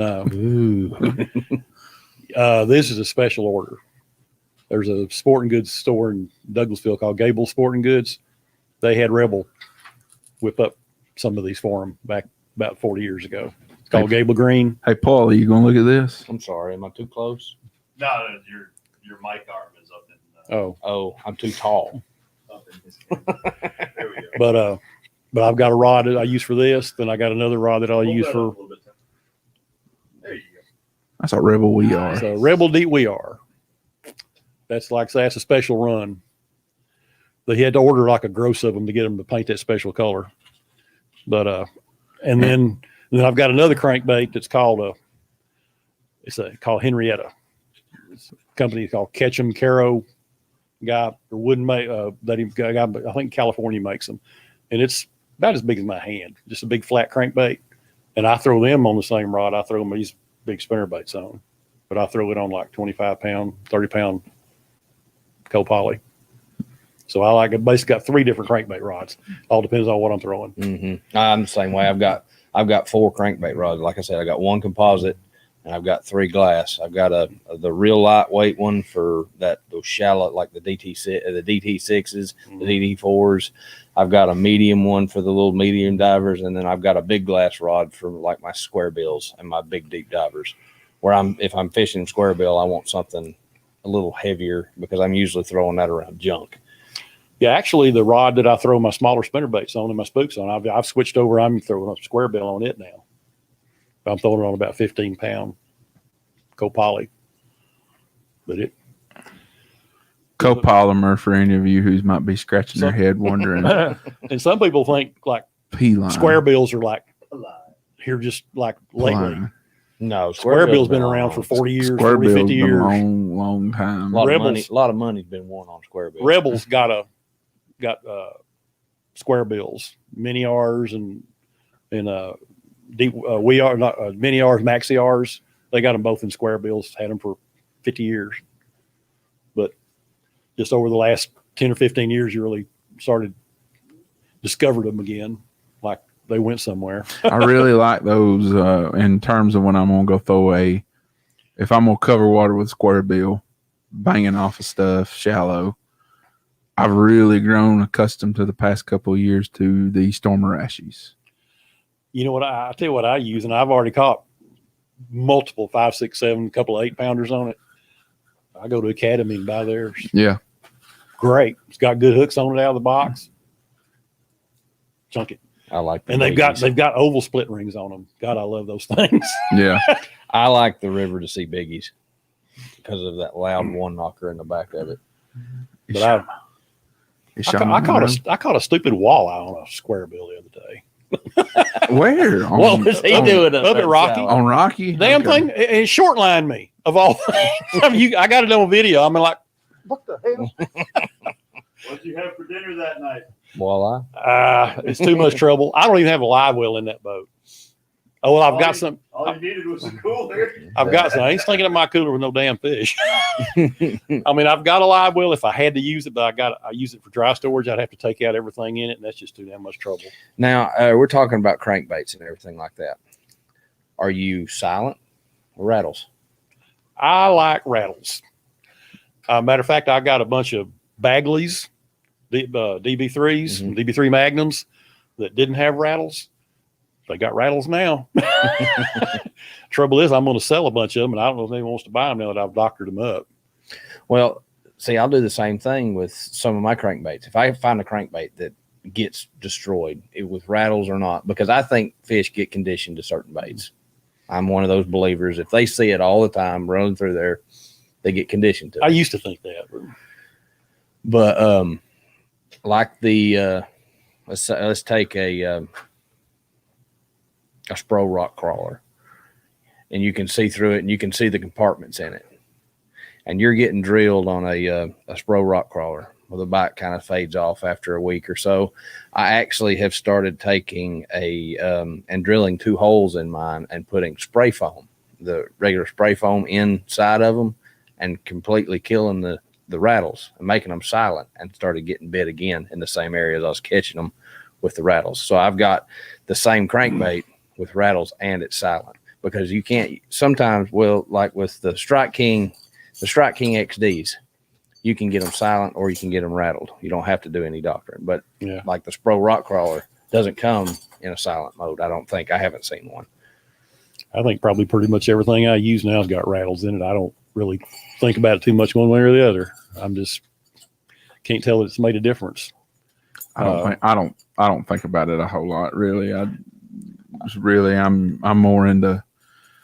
more into depth on a crankbait and kind of what the action of it, what it does. Well, I like the profile. Is it big and fat and round, or is it flat? I love flat. Because they all have distinct actions depending upon their profile. I love how flat they're made. crankbaits. Yeah. Mm-hmm. That's why I actually went to the Berkeley Fritz side. I like them pretty good. But then if I get in dirty water, this is a teeny weeny version because it would fit in this thing real good. This is an old Rebel Humpy, but that thing, it got a good wobble to it. And there's also a bigger version called a Super R. It moves a lot of water. You got some stuff. And I like to use them in dirty water, muddy water. Caught some big fish on this thing and the Super R. But I want something that displaces a lot of water in muddy water if I'm gonna throw a crankbait. I won't throw a flat side. Yeah, I don't think too deep into and opposed to muddy water and clear water. Really, I do because I've caught in thick mud water, like I'm talking like can't see the crankbait till it comes up to the surface on rock crawlers, deep little ends, DD22s, because the action of them, they just displace so much more water. Yeah, well, that's and it's bait fish colored. You even think, well, hey, you need to throw a chartreuse blackback or blueback or a red, crawfish colored looking one like that. And going back to the comment of we give fish too much credit. If they have a lateral line, they use their eyes to feed, and they use that lateral line to hunt down whatever it is that they've got that they're wanting to get after. I don't think color matters a whole lot. I want, like I say, I want something that either looks kind of like a shad, or I want something that really stands out. Yeah. And that's pretty much it. I mean, something like a fire tiger, it's got a chartreuse and got the little black spots on it. And then, like I say, something like this in the dirty water, especially fresh dirty water, when they're, I don't know how much time they need to adjust to switch over to feeding by their lateral line. If they've been feeding by eyesight the whole time, I don't know if there's a transition period, but I like to think there is. So I've always been told 2 days. So that's why I just, in dirty water, I'll just go with something that stands out. Yeah. I've got a spinnerbait I made somewhere. It was all fluorescent orange, skirt, blades, everything. I'll let you answer that question, Mike. Well, How are y'all picking which color crankbaits to throw when you show up at the lake? Also, he heard you say frit side. When did you decide to throw those?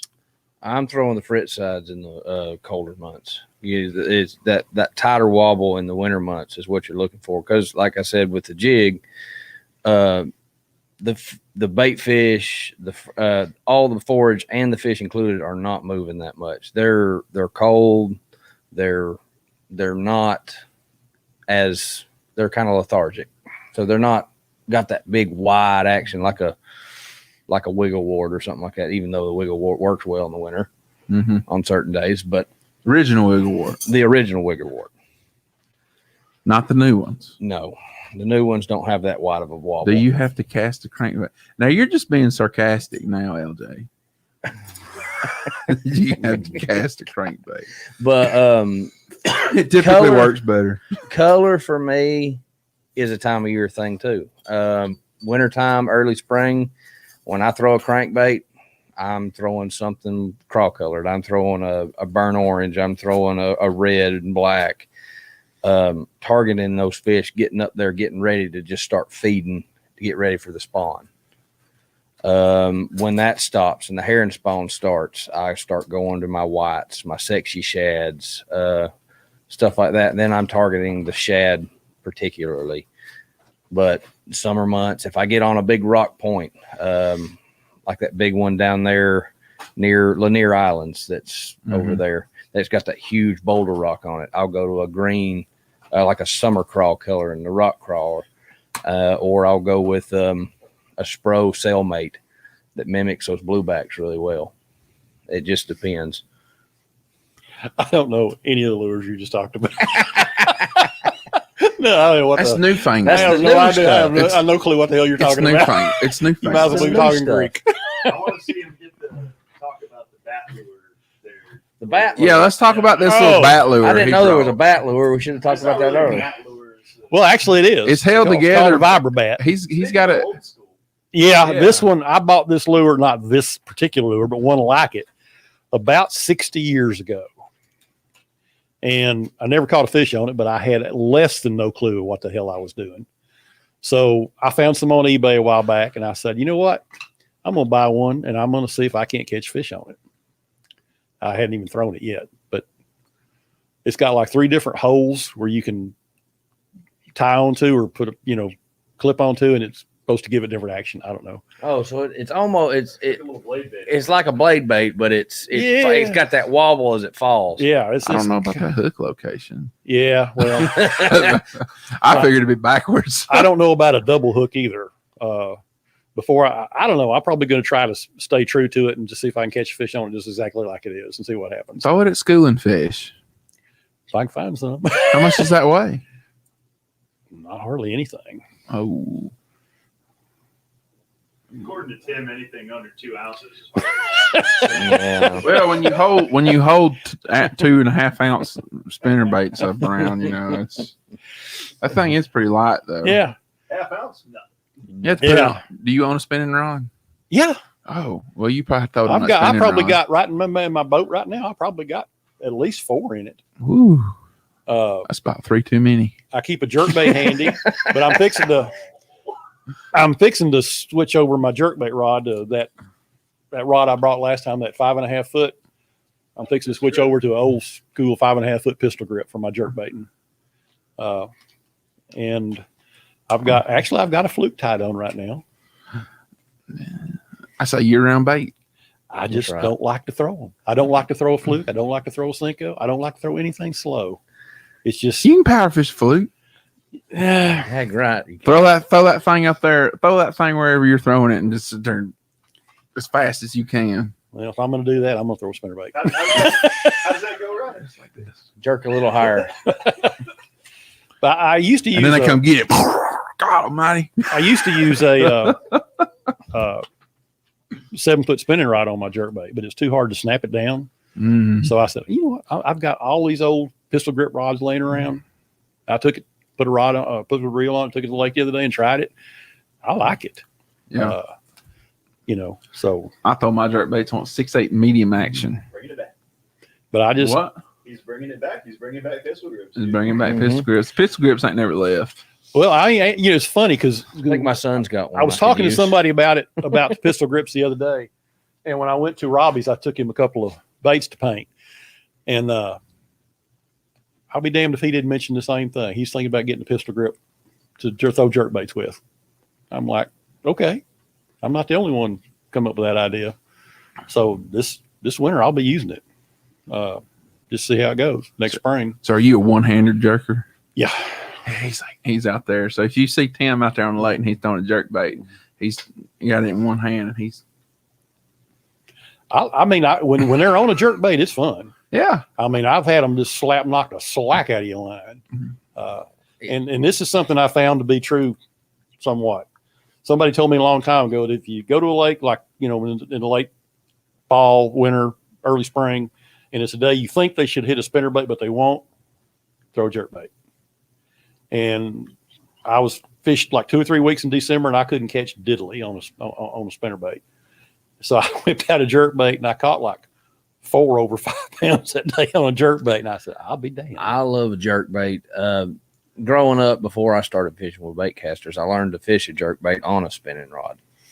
So it's really hard for me to get away from the spinning rod now with that jerkbait. It felt a little funny to me to go to that pistol grip, but once I used it a few times, I go, oh, hey, this is not a bad idea. Now that I've gotten kind of used to it, I actually use a glass rod for my jerkbait now. I use my cranking rod because that gives you, you know, if you caught a lot of jerkbait fish or you jerkbait fish a lot, they come up and they can throw those jerkbaits pretty easy if you got too stiff a rod. If you're jerking with a medium heavy fast action rod that's got a lot of that tip's just really fast and you come up and that thing walks and that tip goes loose, there it comes. That glass rod's got so much give to it. When he comes up and walks, I've still got pressure on him. Yeah. But I'm Well, the way the I bass have been, it doesn't really matter because the spots think they're largemouth right now. Engulf everything. They're engulfing everything. They're jumping out of the water like they're largemouth. I don't know why they're doing that, but caught my personal best on a jerkbait, Lucky Craft Pointer. Lucky Craft makes a good jerkbait. Yeah, I'm particular to the Stacy 90s. Can't go wrong with a Stacy. see, and I use husky jerks. I saw somebody comment about the summer jerkbait bite. Yeah. You just got to be quick. It's quick jerks. It's not that jerk, pause, let it sit, jerk, pause, let it sit. I like the continual cadence. And Lucky Craft's come out with that 12-foot diver now. And you can go out there where you're throwing these topwaters now and getting these spot bass to come up and get them to come out of those brush piles and get them to eat. I've got some made by Berkeley. They're frenzies. Mm-hmm. I like them pretty good. I caught like an 8.3 on one and caught several others. And I like it real well. Of course, I like husky jerk too. The husky jerk sinks. I like an X-Wrap, but you can throw an X-Wrap about a quarter mile. Somebody warned me, said, if you ever go throw one, said, watch out. And said, it'll go farther than the first one. I threw the friggin' thing up in the trees and didn't throw it that hard, but I like them. That new Berkeley Stunner, as they're calling it, that thing's going to be something else. Because as they're advertising it right now, you'll be able to throw and get down to 10 feet on the deep diving one on 14-pound test line. So that's going to be an interesting thing for you jerkbait fishermen to try out. I know I'm going to try it out. I'm going to see what it's all about. Me and Paul had a discussion about this, and he was like, "Yeah, Don't even worry about that thing. 110 for life. Yeah, he's like 110 for life. Those 110s are hard to beat. Yeah, Yeah, Paul's in the same book as you. He's 110 jerkbait for life. It's just hard for me to throw a $24 jerkbait. That's right. It's just really hard. $24 jerkbait. Yeah, it's really hard for me. Big striper come up and take you to school and take it from you. I've got like 5 of those things in my box, and it's just hard for me to pick one up. Oh No. Lord, Because I ain't buying no $40 and $50 Oh. swim baits. Lord, I'm telling you what. I work for a living. Yeah, so do I. Spend your money wisely. Spend your money on. I what tried you to find some more of these, and you can't really touch one for less than $50. Woo. And they were all over. They were, one guy had 4 for 150. Another guy had some that were $50 a piece, and somebody slapped 4 up there for $40. Gone. Yeah, I got them.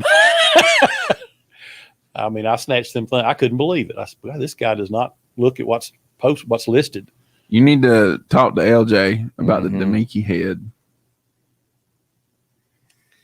The Demiki really is a different thing. I would use straight tail and go from straight tail to a paddle tail. If they're not eating a straight tail, they might eat the paddle tail. And I'll say this about that Demiki head. This is a power fishing show. We're Yeah. not. I was going to say, we kind of got off topic. We're not. They We're, let me come out of the finesse fishing hole behind the. he come out of the behind camera there. hole.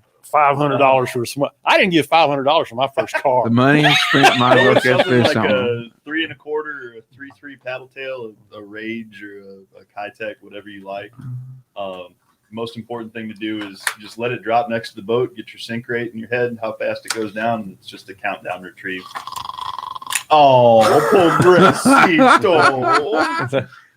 Well, you lost me. Just drop it beside the boat. Look, man, if you don't know like your fall rate, how are you going to have it in front of the fish? What? Fall rate. Who's talking about fall rate? We're talking about fall rate. We're talking about dropping the Demiki head. Man, You gotta love it. you got to though. put food in front of them if you want them to eat. Like, Gotcha. Well, it's LJ's the finesse fisherman, and he's on the power fishing show. So it's He wanted to come in the comments just and make wanted fun to- of all these power guys. yeah, he wants to come. I can catch 90 fish in one day. Well, I'm proud for you, LJ. I'm glad you can. I'm about that action. Like to catch catch everything from 12 inchers to 5 pounders all day long. Whatever you like to do. But we only got a few more minutes left, guys. So we're gonna wind this thing up.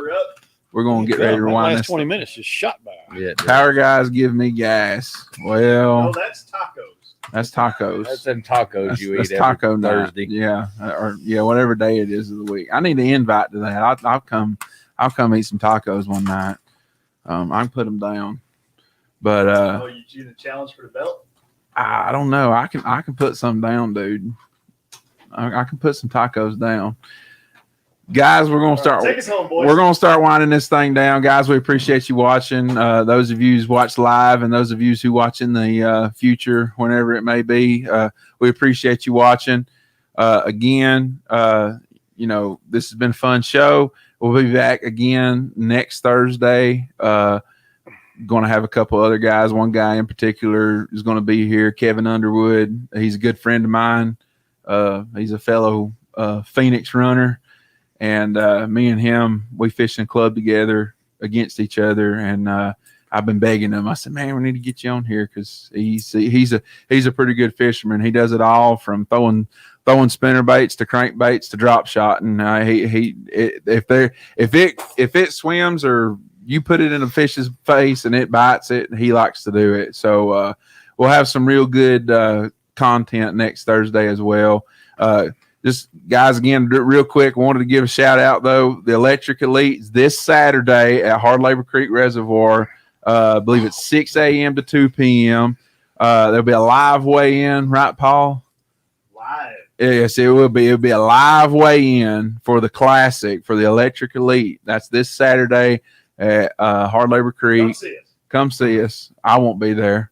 I got a tournament. I'll be there. Paul will be there. Danny will be there. Josh will be there. All the Electric Elite guys. Guys, if you got an electric rig and you really want to check out some really good rigs and get maybe some thoughts and some ideas into what you might want to do to your rig, go down there and go check that thing out, guys. These guys got their boats laid out the way that you would want one laid out to fish if you was going to fish hardcore electric tournaments. So, and then one more thing, shout out to Cooper McDonald and Jake Barrett. They got 7th place on Hartwell this past weekend at the BASS High School National Tournament and the World Championship. And guys, they did really good. They were winning 3 fish. They had to fish 4 straight days. And they competed against teams from all over the state of Georgia. This was the Georgia division. And then the World Championship one, I think they were several schools from all over the Southeast showed up to fish. So these guys, young guys, Jake Barrett, he's going to be a senior this year. Cooper, I think he's a freshman. Guys, the young crowd's really coming on. And it's just good to see young men fishing and competing. Yep. And doing what they love, because we're all about passing this thing on. And anyway, and Jacob Fleming, we will say this, because that's impressive, man. What are the odds of that? He's sitting in number 2 out of over 30,000 something entries up there on Champlain right now, where the Elite Series is. And so that's the odds are in his favor. So he might be rolling around in a fully rigged Skeeter boat before too long. I think that's what they always give away or something now at the end of the year, but you never know. So guys, again, we appreciate you watching. Tune in next week. Thanks for everything and hope you guys enjoyed it, and we will see you all on the flip side.